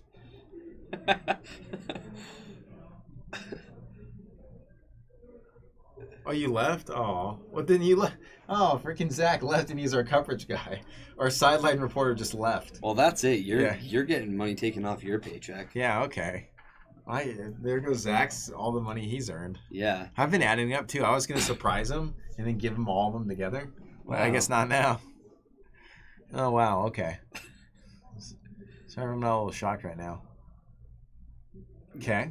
Okay, so here's a Snapcaster, and we'll see this Brainstorm? Pyroblast. Oh. He's going to brainstorm because he wants to keep a Pyroblast, but he's not playing around days. Okay. I like to play around days. Yeah, I probably just would have targeted the Pyroblast. That way I have a... I would have Pyroblasted first, and then if he would have, I don't know. Yeah, interesting. Whatever. I mean, just kind of a weird string of plays. Yeah, Thomas is still in an okay spot. He just needs to find an answer for this Mutavault and... Okay, 2 Mutavaults. Yeah, that's... Okay. This is going to be rough. Well, he's got to find... Here's the brainstorm. Council's Judgment. Spell Pierce Island. That's his Canta that he values a lot. He's got a Supreme Verdict, which does nothing. Yeah, he needs to find that Blood Moon. I'm trying to think. Do any of these cards actually let him survive? No. Is that Snapcaster on the far left, or is that the Azcanta? That's Canta. No, he's absolutely dead. Yeah, he's dead. He's just stone cold dead. Scoop. Yeah. And now he's sitting with an Azcanta and a. He's on what's called he's on what's called the bus line. He's gonna hope line. That he Supreme Verdicts, and then maybe in response Davis animates out of confusion. That's what I would do. Oh wait, no, I wouldn't. I would never do that. Why? Maybe if I wanted to be like really nice one time. Yeah, okay. Double activation, and we have a Curse Catcher up. And I'll do it. Yeah, okay. Look at that. So, little did you guys know, you guys came here to watch Tezzeret win both tables round 1 and Merfolk win both tables round 2. Yeah. So here's the big question: what deck is gonna win on both of our tables next round? I've been waiting for this guy to show up. Dude, Captain QC, I am so disappointed in you. I don't even know if you want to even tell us evening, because I don't even think, you didn't say good evening, so I don't even know. I just want to say I'm disappointed. I thought you had a valid point on Reddit, and then you like backed off your valid point. You're going hard in the paint, and then you just passed the ball out of bounds. He did that? Yeah, he did. He was right. He nailed it on his head. Like the respect was here, now it's like here? Yeah, sure. I'm disappointed on you too. Why? Why am I disappointed? Tell me why. I elaborate into why I'm disappointed in you. You elaborate on why you're disappointed in me. I'm waiting. Disappointed on you, everyone. Whoa. That's a lot of disappointment. Oh, dude. Bob Huang. I don't think Bob Huang's the god. First of all, I mean, there's some I mean, you could call him like the, I don't know. He's not even the GOAT. Like Jacob Wilson's the GOAT of Rug. That guy's just the GOAT, period. Well, I don't think Jacob Wilson's the GOAT, period. He's the GOAT on Rug for sure. It's just like, you know, it's okay. You know, we got the pitchforks out and we already burned the witch. It's too late, man. It's too late, Captain QC. People died. I'm just generally disappointed. Obsins is leaving. See Obsins. Oh, why are you leaving? I don't... What? I think he's just got to go. We were just getting to the good part, though. But... when Fish plays against Tezzeret. Yeah. You're going to miss all the exciting magic. All right. It looks like our round 3 is already being posted. So we are gonna have James versus Remy and Ryan versus Jackson. So Jackson's on Miracles, right? And Ryan's on Merfolk. So it's another Miracles Merfolk matchup. And then we've got Tezzeret and what's James on? James on Miracles? Fishes versus Jackson. Folk versus Tez. We got some weird stuff. No, wait. Have we besides Wishes and Kisses? What? Who is that guy? Who's Jackson? Oh, isn't that Jackson just the Miracles player?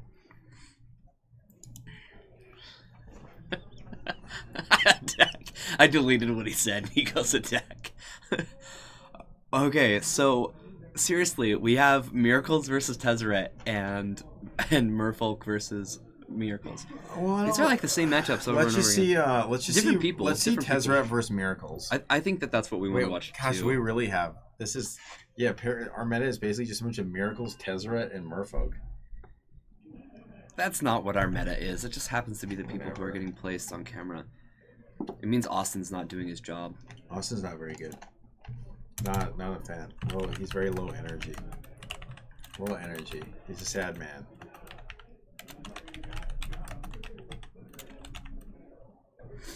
I don't know, man. I don't know what this is. I'm not in charge.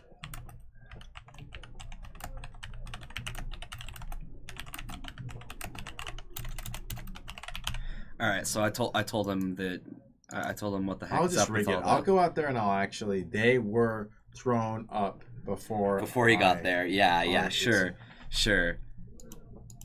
I'll tell him I'll come out when this round ends. I'm gonna come out. I'm gonna fix it. Everything. I'm gonna make everything great. It's gonna be the best. Okay.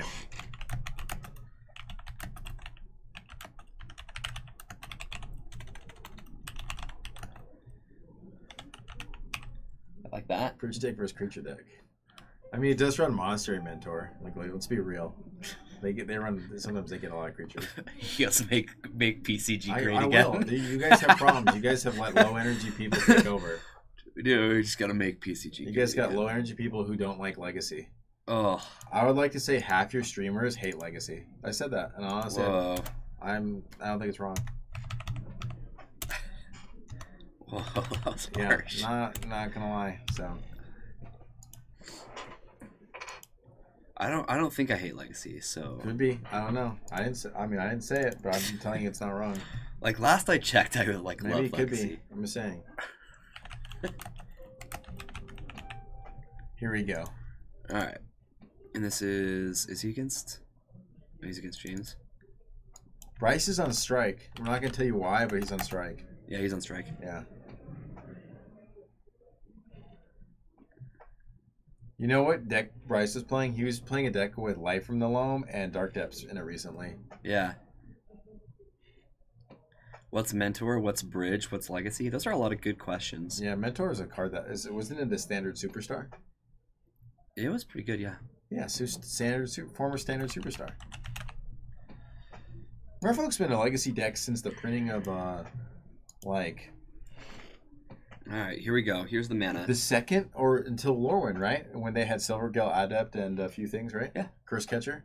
Yeah, it's been around for a while. 2009, 2008. No, not Fish versus Tez. Both decks are playing Miracles again. So this is an interesting start. Let's stop for a second. So Remy had turn 1 Mox Diamond land. Yes. Okay. Dimir Signet. So this sets up for turn 2 4-drops, which is, it looks like he's gotten Antiquities War. He's also gotten Ensnaring Bridge. I don't know why he didn't cast Ensnaring Bridge. He doesn't want to. They want to run into a Spell Pierce. Give him some love. Or instead, we're just gonna run. If it's Miracles, then like, who cares if they Spell Pierce your bridge? What do you mean? I'd be happy about that. Well, maybe he doesn't know they're on Miracles. Maybe the Maybe the Miracles player doesn't know he's on Miracles. Maybe he just picked this deck up. He's got Counterspell. We know that. Yeah, this Tez player does need to have some freaking respect for his deck. I agree. I agree. You can't say that. What's wrong with it? He likes that land. His basic land. Oh, you know who picked out that land for him? The kids at the orphanage that he volunteers at. So I don't know. How do you feel about that? You guys feel bad about making fun of that land? So yeah, good job. Kaladesh is on theme. Oh, there you go. Yeah, seriously. Yeah, that's where Tezzeret and wow, we had a lot of people come to Remy's defense on that one. There you go. You're done. Once again, are you sure you're one of the streamers who likes Legacy? Because I don't think so. After that last comment. Kaladesh is considered a legacy set. Kurt's like, to bland. Counterspell. A Force of Will. Oh man, he's getting rid of his Antiquities. Well, James has got a few brainstorms.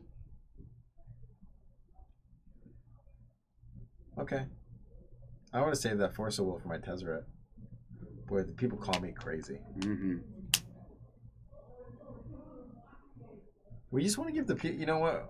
I'm a legacy. I just want to give the people what they want, and a lot of people like to play with crappy lands, and I think that's fine.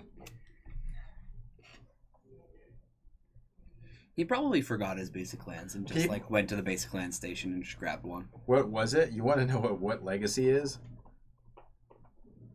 It's the greatest format. I don't know. No answer. It's one of the formats that Magic sponsors. There you go. That's my answer. Such as Limited, Pauper, Tiny Leaders, Frontier, all of those formats. No, Council Judgment. I wouldn't have. I guess I don't know. I'm not tapping out. Oh, I guess Remy's just gonna pass. It didn't matter when your opponent runs out Dimir Signet and Mox Diamond on turn 1 and never plays anything else. I guess you're in good shape. Legacy is the greatest format. What's the guy who always asked that? It's been long enough, Great Whaler, that like I honestly can't remember MC the Mikey? guy. Who? No, it's not MC Mikey. So James. I can't remember their James is going to resolve with Jace and Brainstorm, right? Just slam Jace and Brainstorm. Yeah.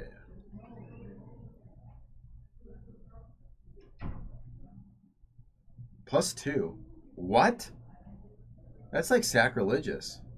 He's playing a non-red deck and he's +2ing? What is this? I mean, he's probably noticed that he's off land and he's just trying to keep him off land. So just brainstorm him into oblivion. I don't know. That's a common misplay, I think. I don't hate the Mirage Islands, but they are definitely not what I'd pick. Yeah, I never understand when people just start +2ing with Jace unless they're playing around like Lightning Bolt. Just brainstorm. You just beat him out in brainstorm. Like you just win the game because you brainstorm and you have too much card advantage. Yeah. Oh well, of course that wins the game. But like the reason he's plussing is to keep Remy off land. I'm just telling you that's what he's doing. Oh. I don't know, or I don't think that that's the best strategy. I'm just saying I mean, he would have That's plus 2 definitely what's him going if he on. didn't. If he just brainstormed, you know. I don't know. I think he's doing some weird brainstorms. I don't know. I'm stuffed. Hey, Gyro sounds good. Oh, it's Crimson Viper. That's right. OGKV What? is man, it's been a long time Hey, since you've was been around. Captain QC ever a lieutenant? No, he skipped lieutenant. Is there like a movie, like a prequel to this movie, where he's Lieutenant QC and he makes like a cameo? I mean, maybe. Is he like I don't know. I want to know now. Is he like what deck does Captain QC or what deck does like Lieutenant QC play? And is there like a dark alternate future where he's like Admiral QC? Oh, that'd be cool. These are gonna be major QC. Oh, soon. so okay. You'll never be an Admiral, so you can be General QC. So there's like a dark future where you're like General QC, and like it's only like Chalice decks, and there's like the story of like one little Delver player who like fights the Chalice decks, and he like meets General QC, and he's like, "You're never gonna be anybody."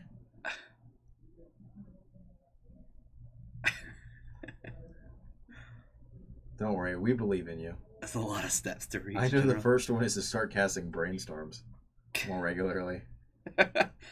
You cast brainstorms in Parfait? Come on.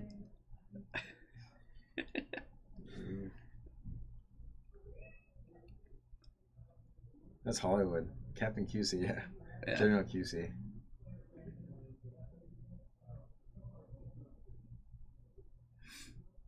Maybe the end will be me giving the kid the Delver deck with Deathrite Shamans and said, "Don't worry, this will do." That card's banned, sir. They don't know anymore. They just play Blood Moons.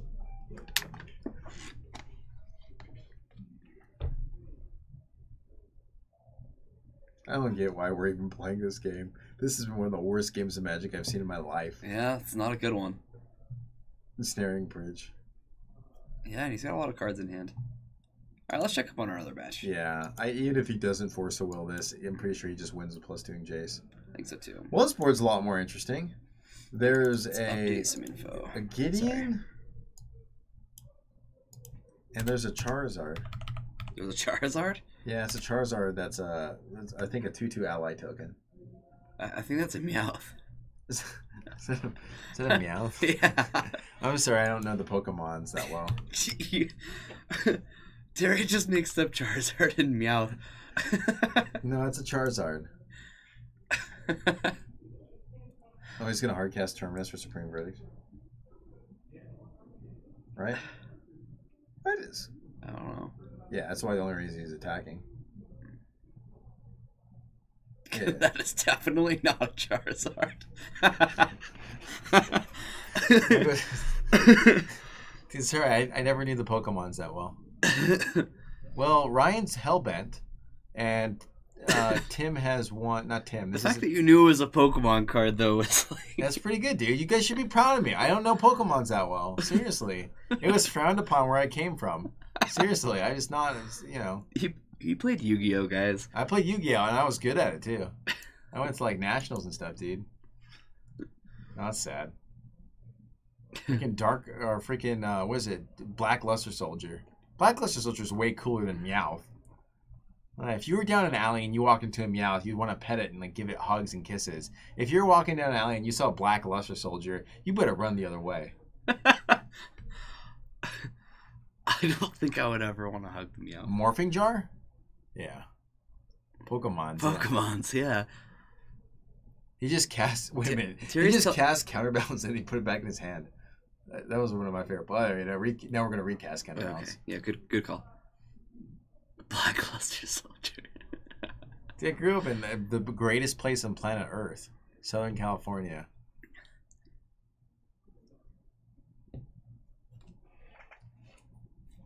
Ponder. Hoo-hoo. Dude, I never played. I haven't played the trash Yu-Gi-Oh cards. Ponder. Of course, Ponder's gonna. That was like a card in the TV show. Council's Judgment's a good one. So is Ponder and more cantrips. That's like the most insane. This is why no one likes Miracles, is because they're like cantrip into answer and 2 cantrips. Mm-hmm. Every time they cantrip, someone should just like hit them.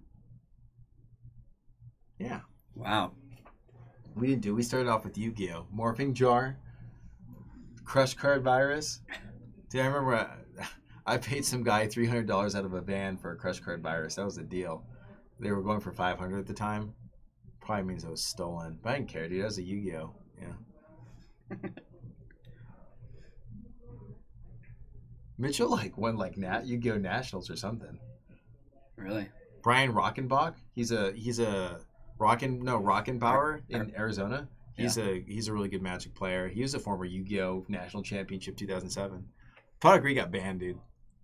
I remember Dark Pot of Greed.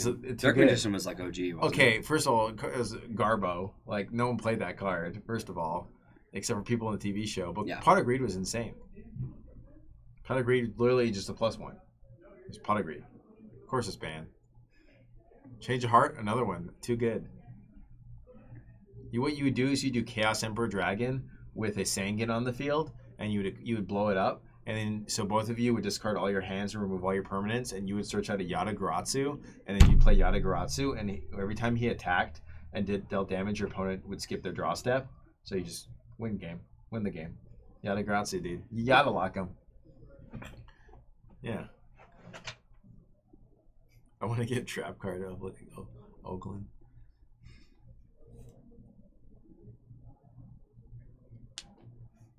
Yeah, dude, there's a lot of skills that you could learn from Yu-Gi-Oh.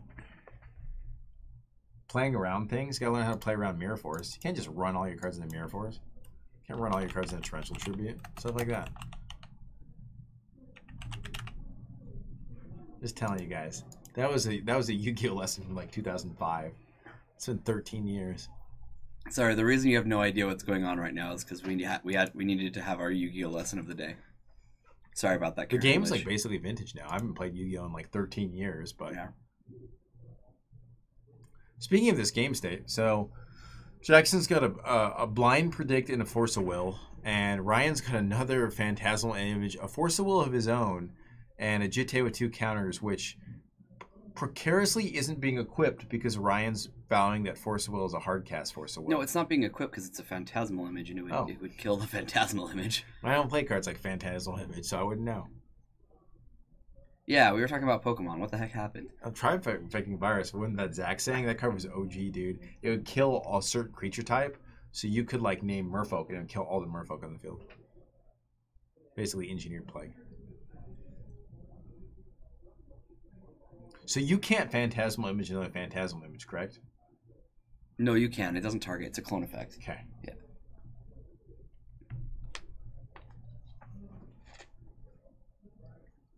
Ryan seems like he's just a little kind of clunky with his draws. Yeah, definitely. I mean, he does have Cavern, which does help get Merfolk through this. Don't worry, he predicted it to a port, then another cantrip. What plays Phantasmal Image in Legacy? This Fish. Yeah. It's also good in Jeskai Nick Fit because they run Sun Titan, so you get to run Sun Titan and Phantasmal Image. Yeah. Phantasmal Image on True Name is a great thing. Yeah, it is. I don't know. Yeah. Anytime. I had a joke. I don't know why you made it serious. Oh, sorry. Another portent. Oh, there's Entreat. Yeah, it's Ryan not really being able to capitalize on. He's just kind of drawing cards like Forcible and stuff like that.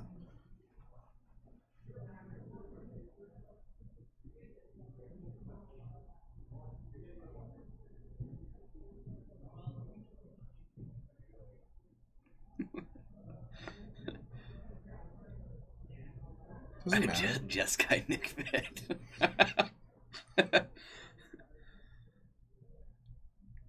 Oh, yeah. Daze it. Get it good. Oh, really? He didn't play around Daze? That is one of my pet peeves when people don't play around Daze. And decks that play against Daze. Yeah. Fish is known for playing Daze. Like, I mean, maybe he doesn't know the Merfolk deck all that well, and that's fine. No, it's not. It's not fine? That's like saying if a bus driver runs over a bunch of people because he didn't realize the people right there, it's fine. And what world is that fine? That's exactly what I said. That's not what you said. You said people playing around Daze is fine. Yeah, we're all saying the same thing. Okay. I'm just saying, I think my thing was a little bit more colorful, and I think a little bit better. So, You would see. There's a reason why you didn't play Yu-Gi-Oh, dude. You didn't have that thug blood in you. No, Snapcaster. never did. Snapcaster what?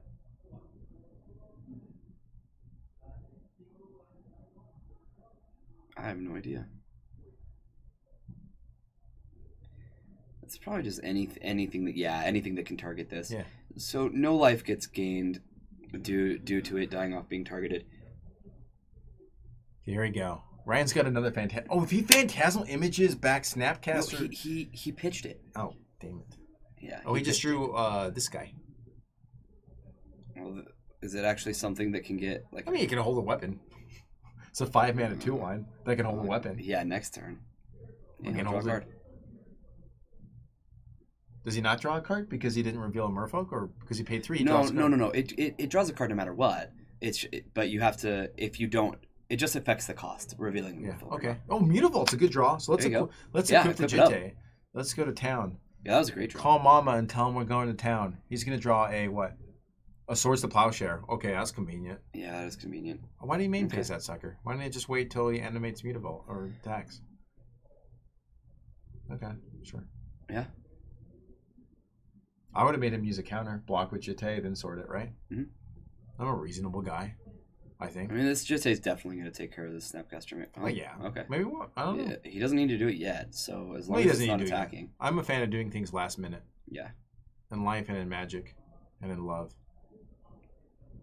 That's, yeah, good point. Yeah, that's my next movie. In life, magic, and in love. OGKV, thank you so much for the follow. Good to see you again, man. No, kill it. No, what's happening? What? Okay, before clear blockers. I swear, if we left 2 damage on the table, I'm going to be upset. Okay, no, he's pumping. Okay, Ryan's pumping. Okay, Ryan. Okay. He let him block?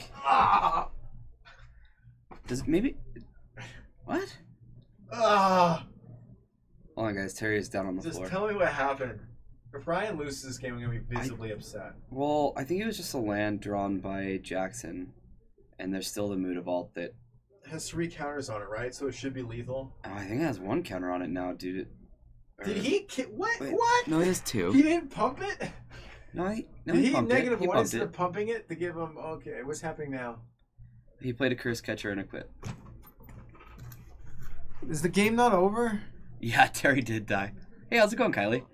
Oh, what's happening? Is this real life? He's got 3 counters. Yeah, he went down to 1 count. How'd that happen? Can I yell at Ryan even though it's in between matches? Wait, how do you go to 1 counter? It dealt damage. Am I allowed to berate someone after game 1? It didn't get counters. Because he blocked and then he used 1 to kill. But he would just pump. I'm gonna berate Ryan. No, you can't do it till after the match. Can I at least tell Ryan, hey, read the card Umazawa is Jitte? No, you can't do that. And tell him it's a pretty good magic card. Like, the card is like pretty some. No, you are welcome to do that after the match. Oh my gosh! Or after he's done. After he's done. Oh man! Whoa! Is Jitte a good magic card? Can we read Jitte? I can pull it up. Yeah. Do we need to know what it does? Yeah. What does Jitte do? You won anyway. Yeah. Okay. That's okay. Once again, if you win, okay. All right. Let's do a review here. Okay, let's everyone review Umazawa. That guy who didn't know what Legacy was. We're gonna show you a really good magic card. You know what's interesting? The guy whose Jitte it is Garbo, but his Jitte sure is good. I heard Jitte was good too. Captain QC is our resident yeah. What is this card? Is this card good? It's like way cut off. I play Esper Stoneblade, so I don't know. I play this in Esper Stoneblade. Should I cut it? Should I cut this card for another equipment? Jeez, what does this card do? Okay, let's still cut off. Okay, so yeah, whenever an equipped creature deals combat damage, you put 2 counters on it. Okay, well that's. Do you get is that good? Like you run that in a proliferate deck? I don't know. I don't know what. What are these counters? I don't know what the counters do. Get +2/+2. Is that insane? Because that seems insane. That seems pretty good. Yeah. Interesting. Merfolk is looking strong through all the misplays. Jitte's only good if the pilot's Lightning Greaves does give my Stoneforge haste, so I can put it on my Stoneforge to put in another pair of Lightning Greaves. I actually played against somebody recently where they had Jitte and I had 2 1 toughness creatures on the board, and they just didn't kill them. They just let them sit there for a while. I don't get that. To be honest, Jitte is just insane. It is. The one thing where I'll argue with is I actually devalue Sword of Fire and Ice. I like Sword and Feast and Famine a lot more. Okay, so this looks like it's pretty late game 2, I would assume. So we got an EE on 0, the Stemmy the Monk tokens. There's 2 mentors out there, so I'm assuming. Well, why did he put EE on 0 if he has a chalice? Maybe he doesn't know. Yeah, maybe.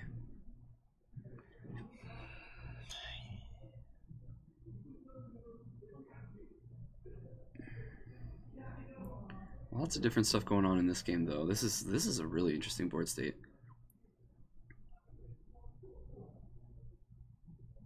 I'm not used to seeing factories in Tezzeret. Okay, we're still on Umazawa's Jite. Yeah, probably Skullclamp and I don't know. Elves. Elves, maybe. Elves. Right? It's got to be elves. Elves, if or it was legal. If Skullclamp was legal. Or some sort of combo, obviously. Did I see the new price of EE? I haven't owned. Thank you for the follow. Yeah, I did, Bryce. It makes me feel like the trade that we had was really good. Well, how much is EE? Like $100. Oh, it's been $100 for a little bit. I think so. I want to get that OG EE. Is it higher now? Yeah. Is it higher than? I don't know.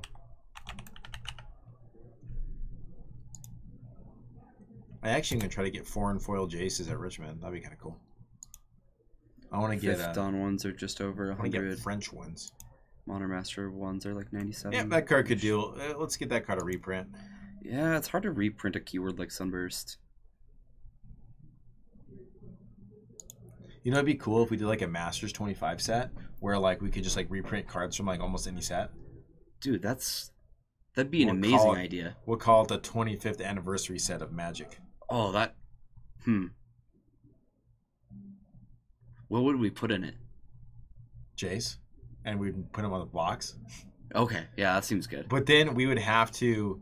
But the thing is, we'd have to put some Garbo cards in there. So what we would do is we'd put that green chick from Saviors of Kamigawa because we want people to remember how crappy that set was. Yeah. You know what's weird? You know why that set was crappy? I'm going to tell you why that set was crappy. Because Umazawa's Jite is such a good card that when they made that card, they're like, oh, crap. We got to make the rest of this set crappy as crap because we just made Umazawa's Jite. That's the reason why.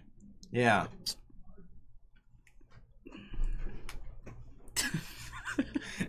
That's the only reason. That's why, guys. Some guy was like, oh, crap, look at this card I made. And they're like, uh-oh, let's make Saviors really bad. Name a card from Saviors of Kamigawa that's played. Go. Saviors of Kamigawa? Yeah, I can think of one. 2. Kataki. Ward's Wage? Okay, try again. Well, it's in... Oh, I guess that's played in Modern, huh? Yeah, it's a sideboard card in Modern. Then make the cut. That's... Pithing Needle? Yeah, Pithing Needle. Yeah. That's great. We got a sideboard card. Okay. We got two sideboard cards from Saviors of Kamigawa. Yeah, we did. Yeah. Isn't Ramanup better than Azusa?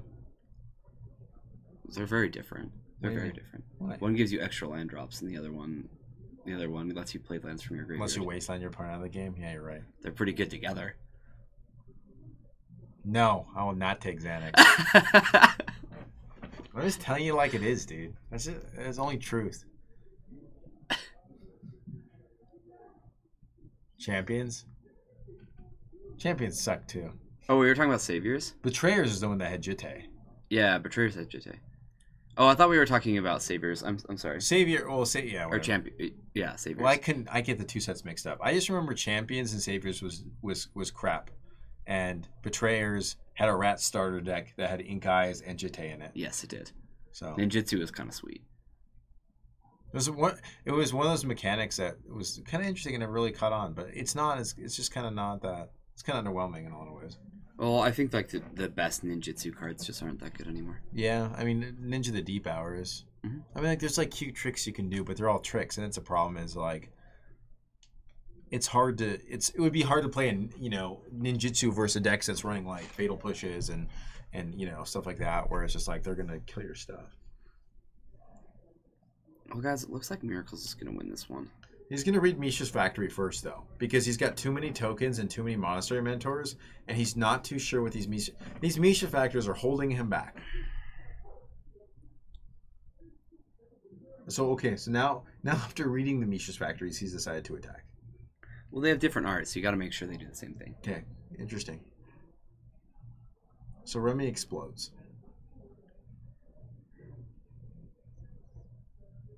3 Monastery Mentors. Okay.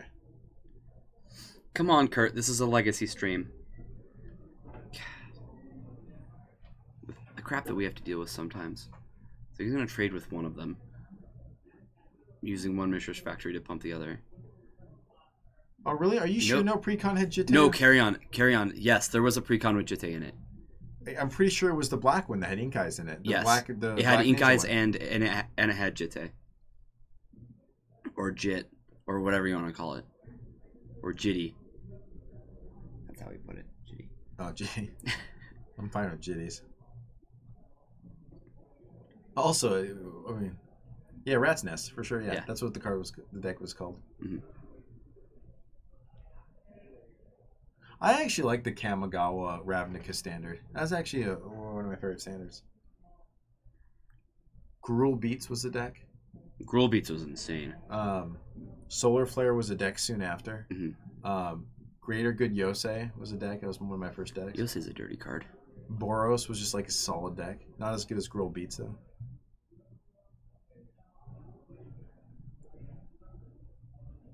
Is that how that works? Is people are like, Jitty, that sounds shitty, and then they're like, I think not. Like, just kidding. JK. What are you sending us, Carrion Lich? Hopefully it's not a trap. Yeah, hopefully.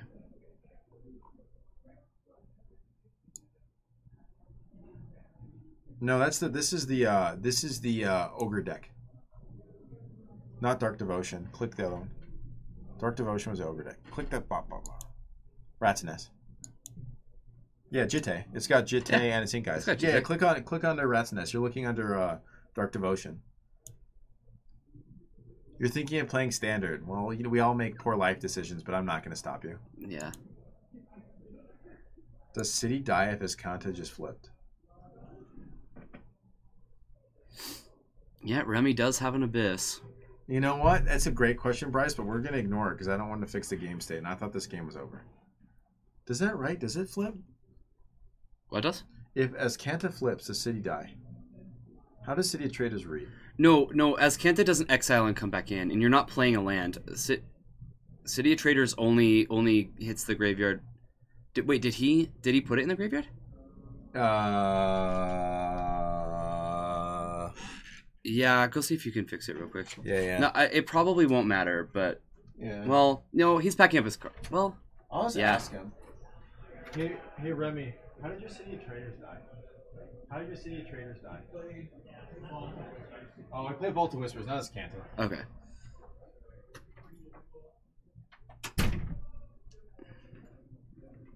Bryce giving us bad information. Seriously, he played Vault of Whispers. Yeah, guys. Vault of Whispers. Yeah, see, why do we listen to Bryce? Everyone else knows that he played Vault of Whispers. God, now you made me look dumb. Thanks, Bryce. That was sabotage. That was. Seriously. Bryce and all the big money constituents that Bryce has. Bryce goes on strike and then he sabotages the stream. Yeah. Bryce is, just so you know, Bryce is he's a fan of the buyouts. That's what he told me. He says he's a big fan of the buyouts. Yeah, he says he likes the idea of people not having magic cards. And I said, I'm not a fan of that. I like people being able to play magic cards. So I could see Bryce sending me misinformation to make me look bad. I could see it. So Miracles is going to take this one. Let's check up on this match. We've already got a Vial up on 3.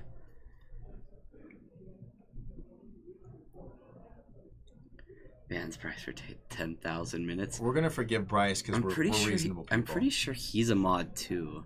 Oh, really? It's gonna be hard to ban Bryce. Give himself a timeout. Can I unmod Bryce? No, don't unmod Bryce. Like, let him have his, Let him have that one thing that sets him apart from other people. I still like my reserve list. I don't want to get into a reserve list discussion because we actually had a good matchup between Miracles and except there's a freaking Charizard again. I knew you'd call Charizard. Charizard. Why does Charizard have to do with Gideon? Dude, sometimes Gideon wants to be like Sarkin, you know? He just jumps I on don't get it. Charizard and just Okay. flies in there. I don't really understand. Yeah, I don't either. I just hear someone scream. Please unmod Price so I can ban him. So- I actually don't know if I can.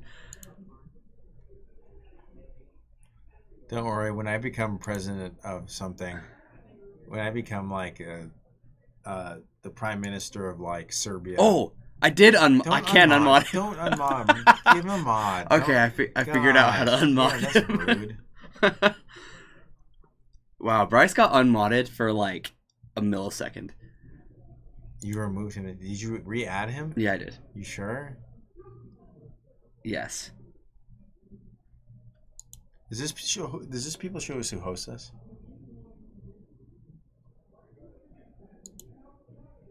Okay, there. Is Sora the Temptation? I don't know. Ask Ryan. That's a great question. He says he likes the card. He identifies with it, he told me. Well, I mean, it took control of Charizard. Does this mean that people follow us or host us? Oh no, these are people. Yeah, these are people who are hosting us. Yeah. Oh wait. Somebody should tell Jordan Ayaska to play an actual good Stoneblade list. People in Seattle have to always do weird stuff just to feel special. What weird card was he playing? Captain QC. I didn't have enough time to ban it. Yeah, in my Twitch chat, he put in a message where he was not modded. Okay, so game 3. Really slow start from Ryan. Yeah, definitely. Well, Terminus is just so backbreaking. It really is, and that's why you need all those manlands, Did right? Miracles ever run Stifles at any point? Was there a time in the world where Miracles ran Stifle in their 75? Or in their 60? Probably not. Huh. Yeah, you can't play Stifle in Aether Vial and Lord of Atlantis. I mean, you can, but it's probably not good. Stop messing around with Bryce. Gosh, you guys and your Bryce obsession. Did you let him time him out? I timed him out. Well, why? I don't know. That makes no sense. I'm against that. I honestly am not a fan. Not a fan of this. I feel like you're basically Facebook and you're basically Twitter and you're basically just removing people's rights. I don't even know how to To be honest, I think Bryce's First Amendment's like important, but I don't know. Yeah, there's GP Richmond. So GP Richmond's definitely coming up. Who else is streaming tonight? Who's on Tuesday? Oh, is it Spellhold Games? I'm not sure. That's where Mitchell is right now. That's where all my California buddies go. Yeah. Guys, I don't know how to untime out. Well, Bryce. yeah, you deserve it. Now you punish somebody who doesn't, and Bryce's can go watch the other Legacy stream. No. He still gets to watch. He just can't say anything. Well, yeah, but he's gonna want to go put his opinion somewhere else. No, Bryce would never do that. Yeah, actually, he yeah, would. Technically you're right. Technically, they Oh, don't Captain have QC removed You're it. not How do you wrong. do that? You're technically right. How'd you do that, Captain QC? Because technically they own the property or whatever, or it's their use of the property. Captain QC unbanned him. Well, there you go. Good job. You made right what Kyra couldn't make right. I couldn't. I honestly don't know how. He's the guy from Batman who throws the bomb detonator in the water, and you're like the prison guard. Good job. Everyone doesn't like you. Dude, somebody's got to be the prison guard. No, you don't. You can find a new career. I recommend it. All right, game 3.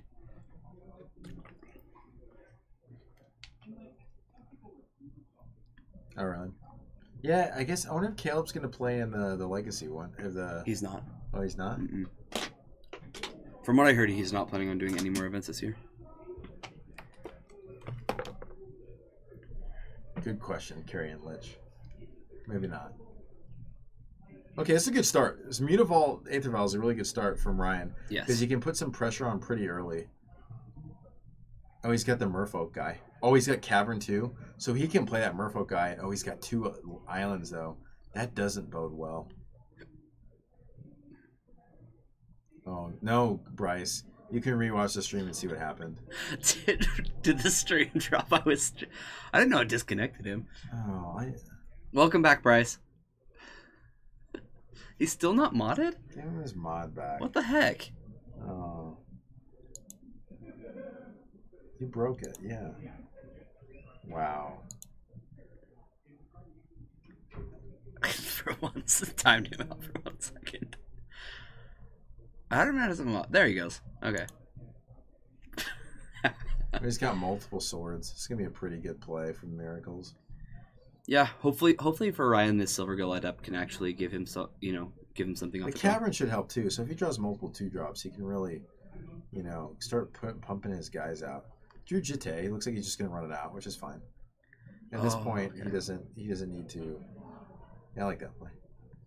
When you ban a mod, they lose mod status. There you go. I just don't ban a lot of mods. That was the first time. That was the first time ever. Silver is going to not draw a card. No draws. Oh, it does? Yeah, you don't have to reveal when it comes out off file. Sounds good. And it's a come into play ability. You're always going to draw when it comes into play. Ryan's really not drawing anything.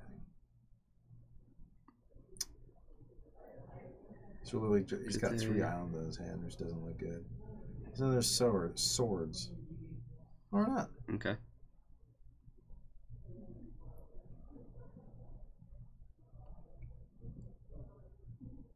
Supreme Verdict. It's almost... Oh, okay. It's interesting. That's a really quick Supreme Verdict. Just to kill a 2/1. Nothing comes in off Vial. That's Vial? Did he have something to Vial? What's he got? Why does he have Sower? I don't think Sower is very good in this matchup. No, it's actually terrible. Yeah.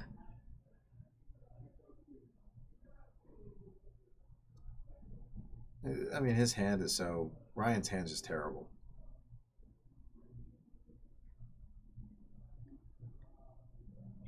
Yeah. Brainstorm. Okay. Double days.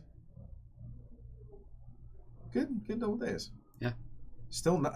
I think you're okay with that because it shows that Ryan has nothing though. Yeah. He literally is almost hellbent, and he just drew a curse catcher out of all guys. Ugh. It's a creature that can hold a Jitte. Yeah. Sower's just a dead card. Yeah, he's at 18. Miracles has 5 lands. This game's over. If I had something better to do, I'd call it, but I don't. Monastery Mentor.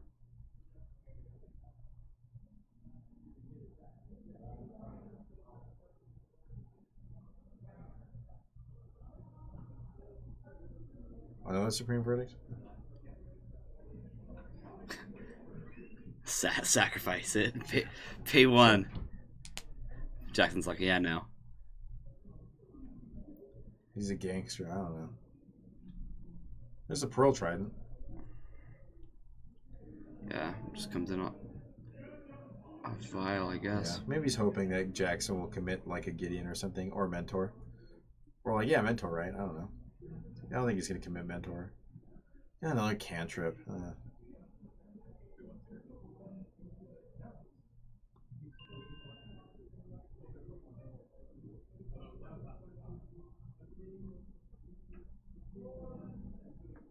Sure. Ponder, Port, Preordain. Ponder, Port, Brainstorm. Make 3 tokens, make them all big. Which one's that one? Bulbasaur. Yeah, that's right. It's Bulbasaur. I don't get why he's using Bulbasaur tokens for Mentors. Yeah, it doesn't really make Is any Bulbasaur sense. like a monk in the story? Like he's got a Bulbasaur token? The Bulbasaur token. Yeah. Definitely not Meowth. Not Meowth. It's not Charizard. Oh, Sower's good. You can take Bulbasaur. Yeah, look, Bulbasaur's going to be good on Ryan's side. Don't you want to take the Mentor? Yeah, you want to take the... Yeah, you don't want to take the Bulbasaur. Bulbasaur's a trash Pokemon. I don't think anyone picked him first. Take your Bulbasaur, Maker? Somebody had to pick Bulbasaur first because Ash didn't get any of them. He got Pikachu. No, OG Ash just got whatever one Gary didn't pick. Well, that's in Red and Blue. You're not Ash in those games. We remember. I don't know what Snorlax is. Oh, he's got Terminus and J, so it doesn't really freaking matter.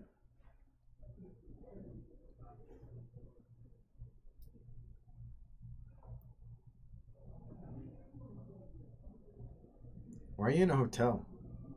What's Bryce doing in a hotel? I don't know. You think he could be on an adventure? I thought he said my hotel wife is not good. And I was like, don't tell your real wife your hotel wife's not doing good. And that ends our advice from Terry section of the stream. Hardcast Terminus. And he drew a mentor too? What? What is this? What are you thinking about, Ryan? What you got over there? Oh, nothing. This game's super dead. Ryan's super dead. This game is super dead. Pokemon as a game is super dead. No, it's not. There's like still stuff going on. Definitely not. I wouldn't let my kid play Pokemon.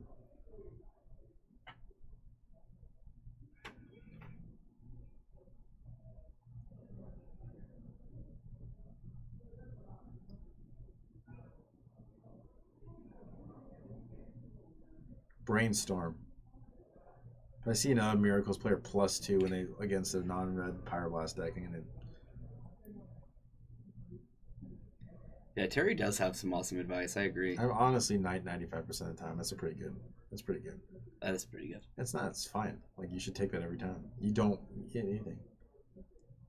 You have a 95% chance to live. That's probably like your daily percentage. We're just running pretty hot.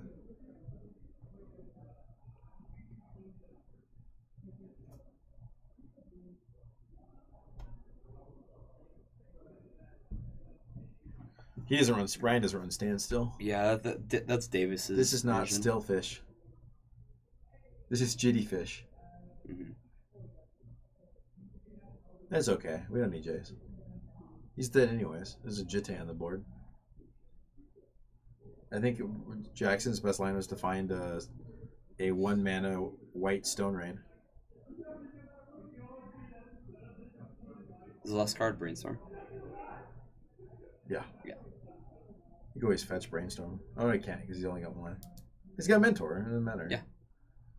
Flusterstorm. What is he Flusterstorming? Oh, it's a creature. Can't Flusterstorm creatures. Oops. Oh, whoops. Hey, look, guys, I have a Flusterstorm.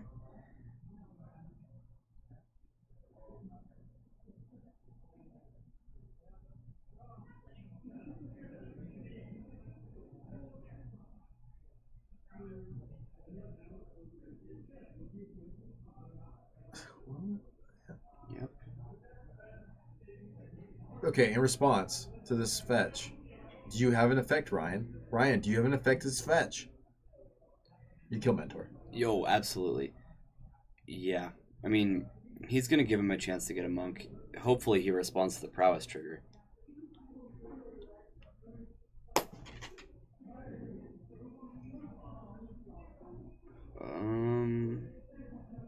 We can flush. I would Flusterstorm this Brainstorm, first of all. We Flusterstorm the Brainstorm, Ryan. He knows you have Flusterstorm and he's got 7 mana. Ryan, do not let him. Why can't we flush the Brainstorm? Oh, he tapped wrong? No, he's got. Yeah, he did. He's got Island. No, it's a cavern. He's gonna lay here. All right. He's gonna lay here. Why? Terry found a nice place to lie down Why? on the floor. I don't understand. Yeah, that was very Why, strange. Ryan? Oh. You know, I don't even know what to say. I don't either. Do you think Jitte can save us this game? It's possible, but it probably won't. Because he just kills Mentor and Flusterstorms to Brainstorm. And then he's Hellbent, and then he's got a Mutavault, and then we can kill the Jace, right? Yeah. But now there's a Mentor. These are going to be one of those games where me and Ryan are going to have a talk about the card Umezawa's Jitte. Oh, yeah. Definitely. No, I'm not. Get back down on the floor. Don't ever tell me how to live my life. Never, ever tell me how to live my life. I'm just sad. I'm just sad. Is it okay to be sad? No. There's another Mentor. You know why you can find another Mentor? Because you got a Brainstorm. Oh.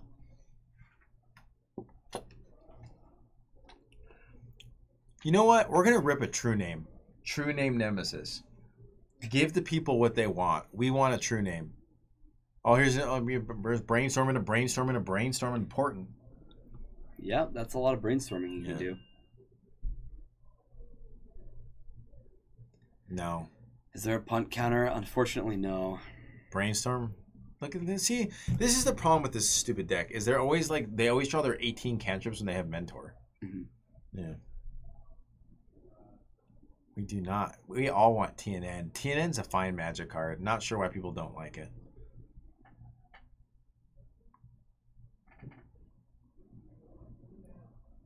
You know the one thing, True Name Nemesis always picks your side.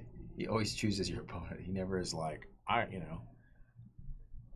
that Monastery Mentor got Sower of Temptation. He traded sides. True Name would never do that. Whenever True Name gets Council's judgmented, he tells you to vote for him because he doesn't want you to lose any more permanents. Yeah, he doesn't. He says, pick me. It'll be better. He's like, I gotta take the fall. He doesn't complain. He doesn't complain. Monastery Mentor's like, let me get a monk token out. He sounds just like that too. Because he's a low energy loser. Yeah, and then he spawns a bunch of Bulbasaur. Yeah, look at this. Bulbasaur is stupid, dude. That's not a Bulbasaur, so he's a liar. That's a Charizard. Yeah, oh look, did he port it into another portent? It's fantastic. Not even Jitte. The sad part is Ryan could totally dealt with this. Yeah, I can't wait to berate Ryan. Like the play that he could have made, not only would it have killed Monastery Mentor, yeah, but it would have killed Jace, and he would have gotten more tokens on the Jitte off of killing Jace. To be honest, he would have been able to handle the. I really hope Ryan just draws basic island. Yeah, me neither. No, Miracle's just whatever. It's like the. No, it's lame. Gideon Emblem coming. Just draw an island so we can be done with this, Ryan. Here, keep the camera on this. I want people to see me pointing at Jitte. Oh, Phantasmal Image. That's great. He's just gonna bounce with Jason instead, right? You can watch the rest of the match out there if you want. Just don't say anything until the match is actually over. I'll wait. I'm waiting. I gotta keep the door open. I gotta use the restroom after this too. Okay. Sorry that Chad had to know that, but I'm gonna disappear for a little bit. They must know. Then I want to cruise. I'll cruise before the last round, and I'll set up a good matchup. Well, we're gonna see Miracle. I want to see Miracle Mirror match. Well, that's probably gonna be one of our matches. The other match will be something else. Yeah. We don't have to watch Miracle Mirror match. What the heck is this?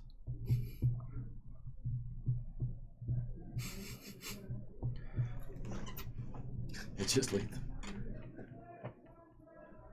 Sure. He also has no. Do you just pump it? Yeah. For 10? Yeah. Maybe Jackson thinks that Mutavolt's got protection from everything. Do you think he actually thinks that you can only activate abilities when it's attacking? Or like, because we haven't seen him do it at any other time. No, I don't know. I think Jackson's right to just take that hit. Oh, yeah, absolutely. I'm talking about... Oh, there's Gideon. He literally drew Gideon. Prowess, make it emblem, win game? Well, you can counsel judgment, too. Just to do it. Just to cast spells.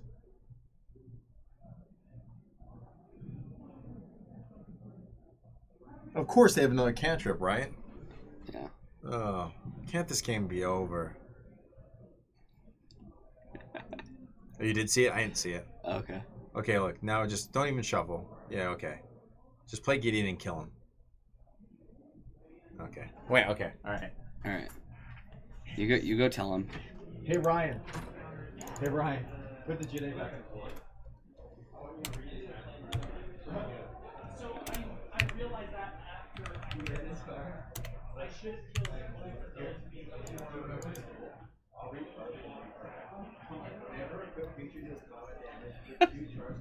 I don't know if you guys can hear him.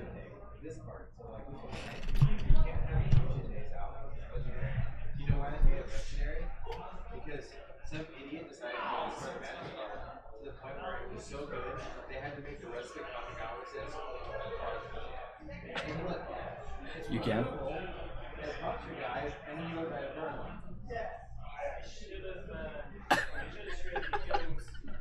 so first He does like the player. you don't use your captain soul to equip it. So then when you fetch it, you kill the monster and closest to the priest. And then you're both Outback, except you have a Beautiful and a Jitte. And Jitte happens to be one of the best Magic cards ever printed. So is Jace, but still. Jitte's a pretty good card. What can I say, Terry? This is my first tournament ever. You know what?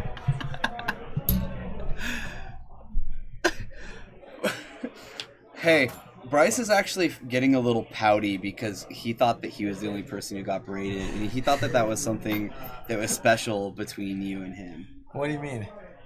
Look at it. Look what he said. I get to rant. I'm glad you guys can hear him from up there. I love you, but still, you need to read that card. It's okay. These are those lessons we gotta learn. So I guess it was it's his first time playing Merfolk. Well, it's probably his first Legacy tournament, honestly. I think so too.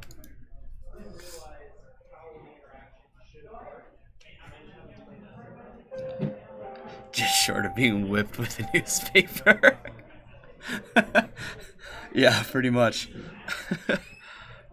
Did anyone clip that? I hope so. I hope so. That was pretty funny.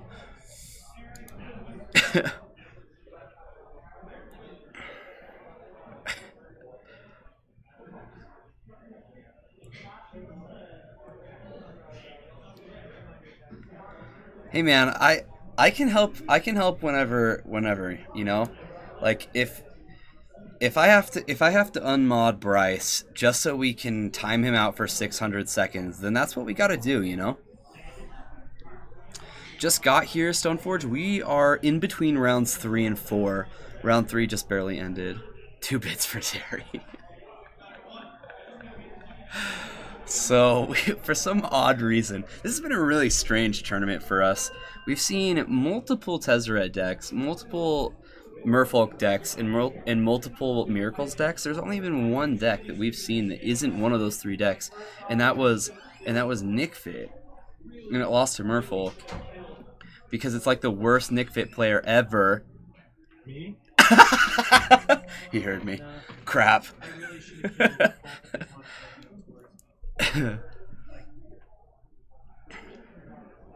Make sure he gets those 2 pennies.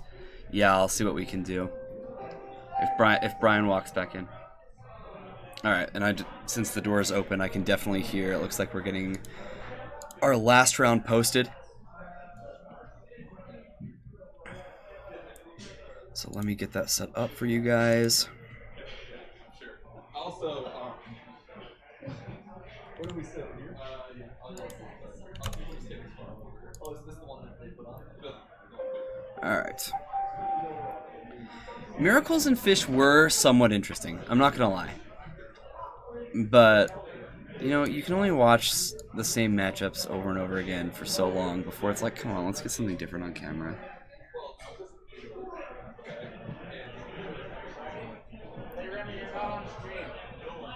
Yeah, yes, I know that Nate's gonna be there versus Steven, I believe, and then Tim's gonna be versus Davis. So, oh, Nate's on zombies, guys. This new Stitcher is changing the Zombardment deck, or maybe he's just playing zombies. I don't know.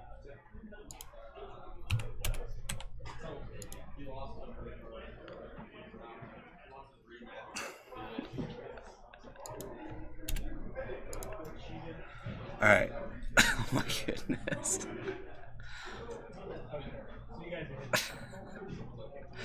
Oh, guys, the people I work with are the best people. They are just the best people. And zombie deck's fun. Alright, so here, they're getting set up, so let me actually get this set up for you guys while we're sitting here. And then we'll have these ready to start in just a moment. So Tim on Nick Fit, and it's a Sultai Nick Fit, is going to be playing against Merfolk again. So this is his second match against Merfolk on camera.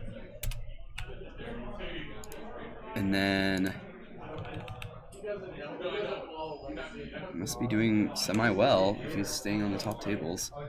And then on our other table we've got Nate playing zombies. What? I'm not gonna watch you guys. And Steve playing lands. No Carry-On Lich, not the Rector version. It's a Sultai Nick fit. Definitely not the Nyx fit version that plays the Rector. Probably will. We'll probably start on Nate. It's not vintage. Anything interesting happened while I was gone? Pretty much everything interesting happened while you were gone. So Nate's here on the right, and he's playing. Yeah, so he's playing Zombardment, and then Tim is playing, or Steve is on lands. Yeah, so this is a lands player that have we ever seen him before? No. Interesting. He's got a lot. Yeah, so I'm not a fan of lands. You guys know that. So like, let's watch some different decks. Obviously, don't be offended by this text, but this is the Magic group that I'm in. Yeah. Oh. Steve came? Yeah. I guess he came. I don't know. He's got a Vortex on one. I actually specifically said I didn't want Miracles. Vortex on one versus Bombardment. I'm not sure how it goes. He played in the store about a year ago. Oh, okay.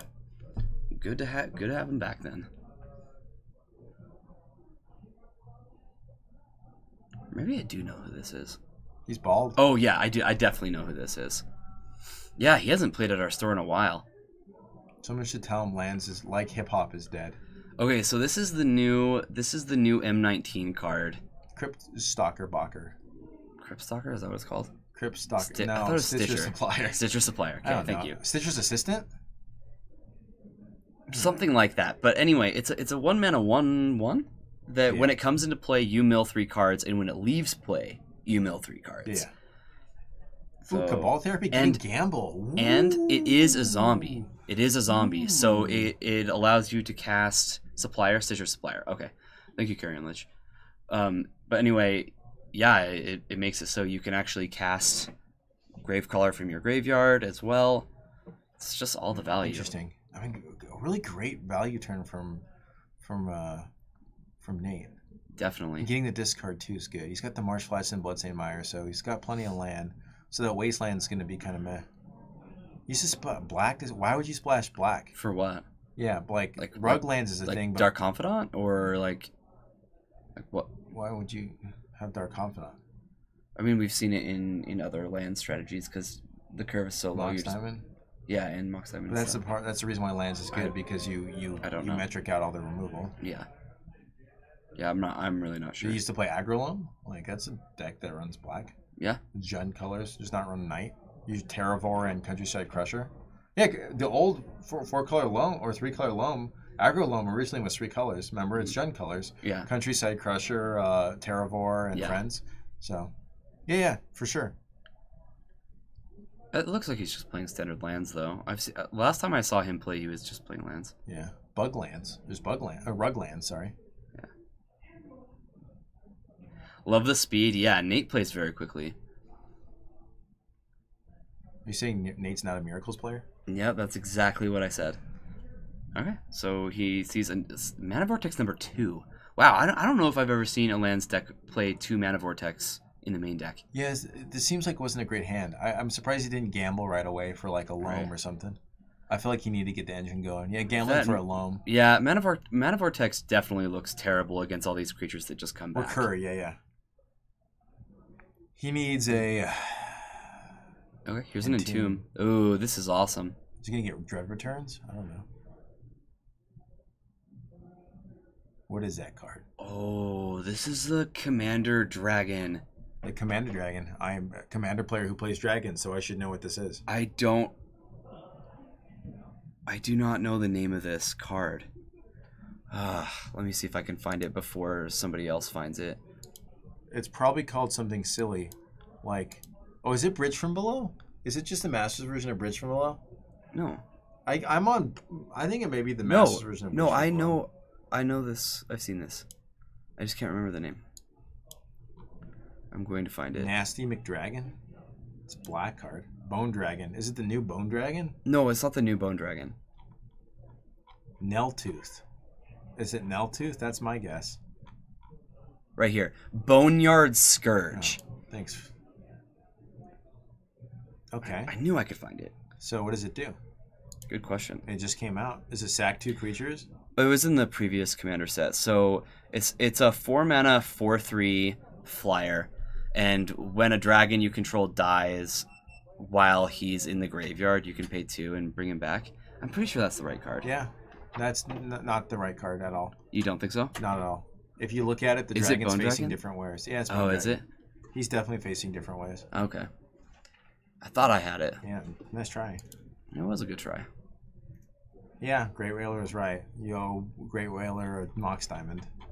It's Bone Dragon? Yeah. Samsonite. I'm pretty sure that guy was. Is it? No, That's not Bone Dragon. No, You it's got- not Bone Dragon. Yeah, you're stripping the Mox Diamond right back. There goes your free Mox Diamond. I'm gonna What go is with. this? I'm gonna go with. I swear it's from the Commander 2017 set.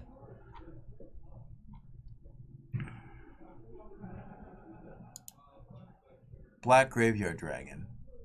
Scourge of the Niltooth? Yeah, it is Scourge of the Niltooth. That sounds right to me. Actually, I'm 100% right because I remember the card they run is something. Yeah, when he said Niltooth, I didn't realize. Yeah, it's like I think somebody said that.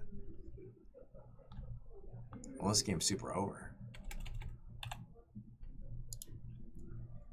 Yeah, that's it. Niltoth. Well, you know what? They pronounce it in Yeah. Tarkir. They don't do double O, so it's 2. So you can cast him from your graveyard by paying 2 black and sacrificing 2 creatures. That's pretty good. When you Yeah, have it is to, pretty good. Yeah. It's a 6/6 dragon. Well, Nate chopped that one up like. Yeah, he did. Pretty good. Oh boy. There's a Grave Titan. There's 2 true names. Yeah. So it's 2 true names versus Grave Titan. Well, Tim's just dead. He's at 2. Yeah. This is not Remy. Everybody was right. Everyone gets Mox Diamonds. You get a Mox Diamond. I get a Mox Diamond. Whoa. You can't just be handing out Mox Diamonds to Just everybody, you and man. me. I actually lied when I said everybody. Oh, okay.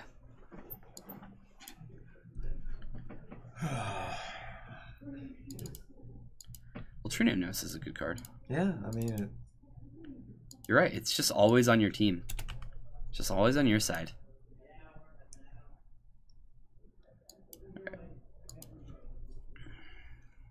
it's bombardment. I think this deck's actually really cool. I think Stitch's Supplier is like real deal. I think it is. Yeah, I mean, it's not like the real deal, but it's a card it's really good in. Bridge Vine. Yeah, That's a definitely. cool deck. It is a cool deck. Bridge Vine. The best part is when they discard a bridge from below and they just play Walking Ballista and Hangerback Walker for 0.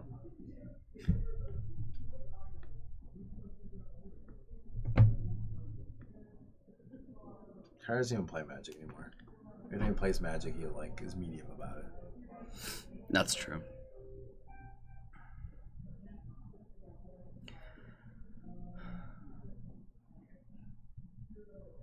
I played Tezzeret in my last tournament, but before that, I really failed with Agrolome in our Legacy 1K.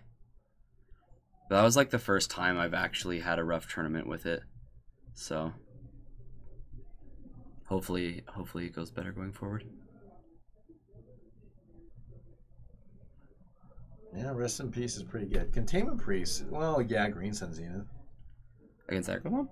No, you play Containment Priest. There's only 2 Green Sun Zeniths. It's not. I don't think that's a very good card against Agrolome. Rest in Peace is a great card against Agrolome, though.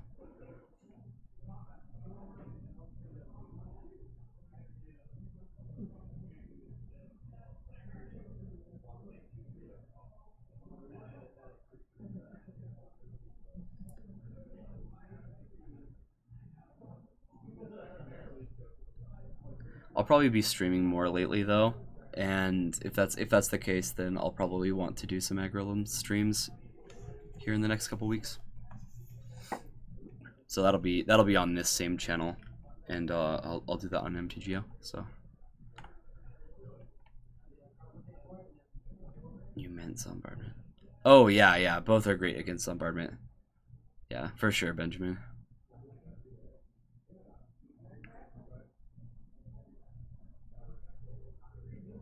He's got Undiscovered Paradise. Yep, that's the blood gas. So he does bit black. He's bite you. Maybe he does run abrupt decay. Blood gas combo.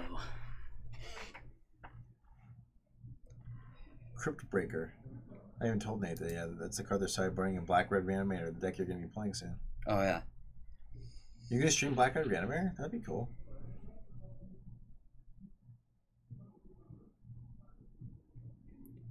Alright, so here's the Undiscovered Paradise, and just going to pass and probably activate this, this Crypt Breaker. Is that a... And then use the new Cats and Cantrip zombies for tokens. The mummies? The mummies. They have mummy tokens? Yeah. Does this guy make mummy tokens? No, they're zombies. Wait, are zombies mummies? They can be. In Almond Kit, they were. Are all zombies mummies? Yes. No. Well, all mummies how about zombies. this? How about this? I'll let you decide. What about in Britain? Don't they call the people mummies? Like, hey, mummy. Yeah, they can call them that. Right. All right. This is a pretty good Yeah, start. yeah. Goblin Zombardment is in play, and we might actually get to see this. I thought he was just going to pack his cards away like, I'm done. I'm not playing against this. Mm-hmm. So he's got...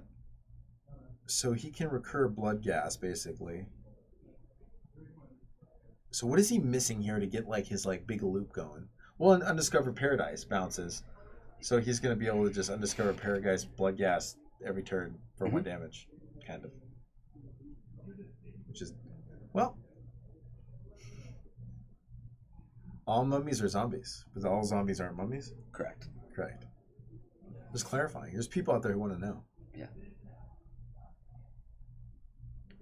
So he did end up stacking the... Okay, so it doesn't have haste yet, but he still chooses to... How does Nate deal with a 2020? I honestly don't know. He's got to have bridge in his deck, right? Ensnaring Bridge? I guess. I don't know how the deck works. I feel like this is a deck that can win with bridge out, so it's probably a decent option. He might have Edict. And Tomb. Oh, you get the 6/6 Flying Dragon. The chump block. Yeah, he definitely can do that. I mean, you could maybe push enough damage in. But he doesn't have enough mana to do that, though. It's 2 black to bring back the dragon. Yeah. He's got to have Diabolic Edicts in the sideboard. I don't know why, though. Because he wants to be using his mana to do his bombardment stuff.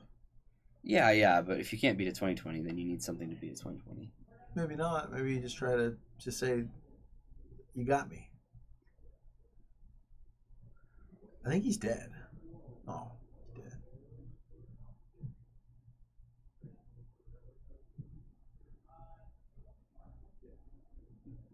Well, That was weird. died to a 2020. Yep. As good as dead. That was kind of anticlimactic. It really was. Tons of stuff was going on, and then God. just stopped. What is that one card that someone... So it looks like Therapy missed. Didn't name, he named True Name because he lost a True Name and he didn't name Normal Atlantis. This is interesting. So there's no blue sources for Davis. And... Did he just cast Golgari Charm? Yeah, that's not how it Heck works. yeah. Golgari Charm seems like a miserable card in this matchup. It kills... regenerates stuff. Sure does. Yeah, he's just gonna pump this. Oh, Edict. So Animate. yeah, you just animate this one. Take the 2. This is still fine for Tim though. Like he just killed a land. Yeah, I like that play from Tim. Yeah, for sure. Tim cast Siege Rhino. Yeah, we'll see what he's got. Can't cast Siege Rhino. Excuse me. I think he's got Thrun on his 4-drop. That's good. I'm a big believer in Thrawn. Doesn't it have protection from blue? It has hexproof. Yeah. Can't be countered. So kind of. Can still be blocked by them. Yeah, I would just slam the throne. I don't know if he has it. I'm just Or saying. play Veteran Explorer and don't play Veteran Explorer. Cabal Therapy and name Master Waves, wherever that card is. Yeah, he definitely wants to do that. I mean, it's a. I don't even know what you See, name. if we were playing Nixie Fit, we could play Academy Rector here and then Cabal Therapy and then get Yeah. 3 for 1. Yeah, and then you get everything out, and then the lands wouldn't even be able to activate. What? And Overwhelming Splendor. We wouldn't get that. Why wouldn't you get Overwhelming Splendor? We would just get like an O-ring for the Jitte. You're right. The heck? All right, so he's gonna shuffle up his cards because we're getting hammed. Why not? Let's just play him the Torag. Oh, Spreading, Spreading Seas. Oh, that's 2 good cards. Yeah. Yeah. He still has the Harbinger of Tide, so we can Cabal Therapy it back. At this point, if I had a Veteran Explorer, I'd play a Veteran Explorer. And if knowing I hit the Lord of Atlantis in that card, So here comes a Silver Gill there's an Adept, island, yeah. and So Splender's a lot better than O-Ring. Okay, fine. We'll get what's an enchantment we can get? We'll just get his Kanta. We'll get a Counterbalance. That'd be good. Therapy, the Harbinger of the Tides. Yeah. Definitely. We talked about that being a pretty important line. Yeah, but Tim hasn't played anything. Like, he hasn't actually like put anything on the board. Like, Yeah. Jitte is eventually going to do something. I understand, Ironically, so- he knows he has the Golgari charm, which he's going to cast. Yeah, so this is gonna give -1/-1, just kill the Silver Gill Adept. That is probably the best that card was ever gonna look. That's not good. Yeah, I guess if you would have played the second Adept. Yeah. All right, land number 5. Still. I Nothing mean, from this may Tim. benefit Tim for playing a lot of land go stuff, but if Davis finds another lands and is able to equip Jitte and attack, it's going to be a big issue.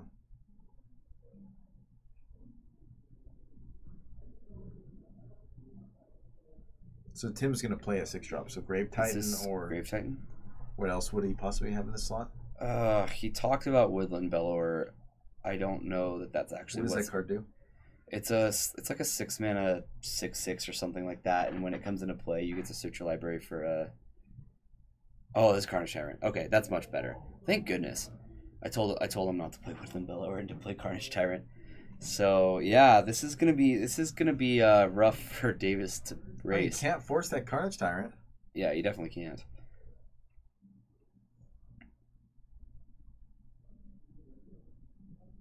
Yeah, it's Carnage Tyrant. It's Dead Fish. The deck's called Dead Fish because the fish are all still. Yeah, I think the game is pretty much. I think Davis is still way ahead. Yeah, he is. Yeah, but Jitte is going to turn. I mean, we forget that Jitte is one of the greatest Magic cards ever printed. Like, we don't doubt it's just going to turn the game around right now. Well, from what we've seen, nobody knows how to use it though, so I think it's pretty harmless. I'm fine playing Standstill. I'd play Standstill. I would legitimately play a guy and play Standstill. That's exactly what I would do. And if I'm going to say, listen, you've got a Carnage Tyrant. Guess what? I've got 2 man lands. I've got a Silver Oak Adept, and I've got a Jitte. And I'm calling your bluff because you're at 12 and I'm at 20. Carnage Tyrant does attack for 7. I think I'm fine. I have Jitte. You don't lose that. You don't lose the game when you get counters on that card. I would have played Standstill just for the record. Tim's Hellbent. Yep, he definitely is. Attack. Yep, incoming. Yeah, Jitte keeps up with this card quite well Yeah, you from know this why? point. Oh, don't worry. We did not get punished. We now get to play Standstill. Yeah, this is gonna fetch up a Dryad Arbor. It's gonna block. So let's play our Lord. Play a Lord. Play any Lord. Pick a Lord. Pick all the Lords. So we're going to play this Lord of Atlantis. The funky looking whiteboard one. We're going to animate our Mutavault. Oh no, we want to play Standstill. Oh, I still want to play Standstill. Yeah, so I fully expect this to fetch up Dryad Arbor and block, but all right, these are 6 It damage. just wouldn't matter anyways. Yeah, I mean, yeah, probably not.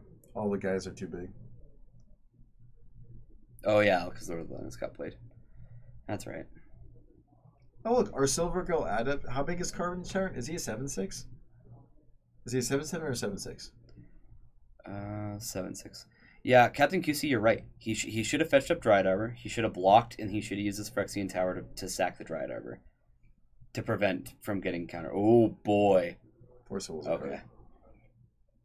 Yeah. Okay, that was close, or it wasn't. Yeah, it would have stopped the counters for one turn. It's hexproof. Yeah, that's hexproof. Doesn't matter. We have GTA with counters on it. Yep. We can kill that Carnage Tyrant with that Silver Girl Adept. It has hexproof. We pump it. Oh yeah. Oh yeah, it does trade. Yeah, Can I ask you're you right. a question that's like pretty serious? You're Have right. You ever, have you ever You're read right. the card? You're Umazawa's still right. GTA? You're I'm still just right. saying. No, I thought you were saying you can kill it, and I was like, This no, makes you me can't wanna- kill it. It can trade. Yeah, that's killing it. Like you put the GTA in this Carnage Tyrant. Let's send a picture of Trace. I want to see this him watch the Silver Gale Adept kill his dinosaur. Yeah, he'd be upset. It's a little 2-1. Just killed your dinosaur, best friend. I'm not a math wizard, but I'm pretty sure you attack with that routine, just pump. This is probably good enough, honestly.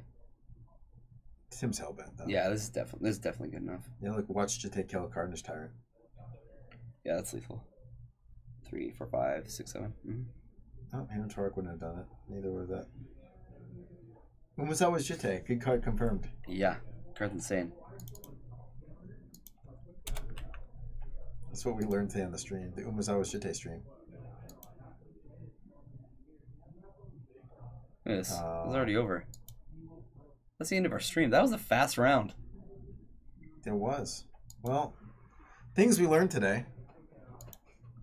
Ooh, let me start. Bombardment plays really quickly. Another one. Umazawa's Jite is a good card. Maybe. Or the best card. Play decks with Umazawa's Jite. Don't play Nick Fit. That's what I learned. Miracles is boring sometimes. Nick Fit cannot beat Merfolk. Joe didn't even need it. Nick's Fit is fine. Yeah, No, Nick's Fit's fine. We're talking about Nick Fit. You're Yeah. talking about Nick's Fit. We're talking about Nick Fit. We're on two different lines. Nice Fit is another one. Delver Fit's another deck. Fit Delver, very good. Actually, I'm a big advocate of Sneak and Show. Next time you'll see Kyre, he'll play some routes with Black Red Reanimator, and he'll tell you how the deck is. Crypt Breaker, Crypt Keeper is a good sideboard plan for that deck now. Blue Black Death Shadow. Surprised we didn't see any of that. I actually kind of wanted to play it today. Yeah. But if MTG Flory when he was here, he would tell us to play Blue Black Death Shadow. You would definitely tell us that. Maybe we'll play it Friday. I'll either play Grixis Control Friday, Blue Black Death Shadow, or Esper Blade. So One of those. yeah. Yep. Sounds good. I'll probably play Aggro. Black Red Reanimator. Or I'll stream. I'm not sure. Black Red Reanimator. Guys, thank you so much for joining us today. We're Paragon City Games, and we are located in Utah. If you have not given us a follow, please do. That's how you know when we go live. So come hang out with us more. And on that note, see you later.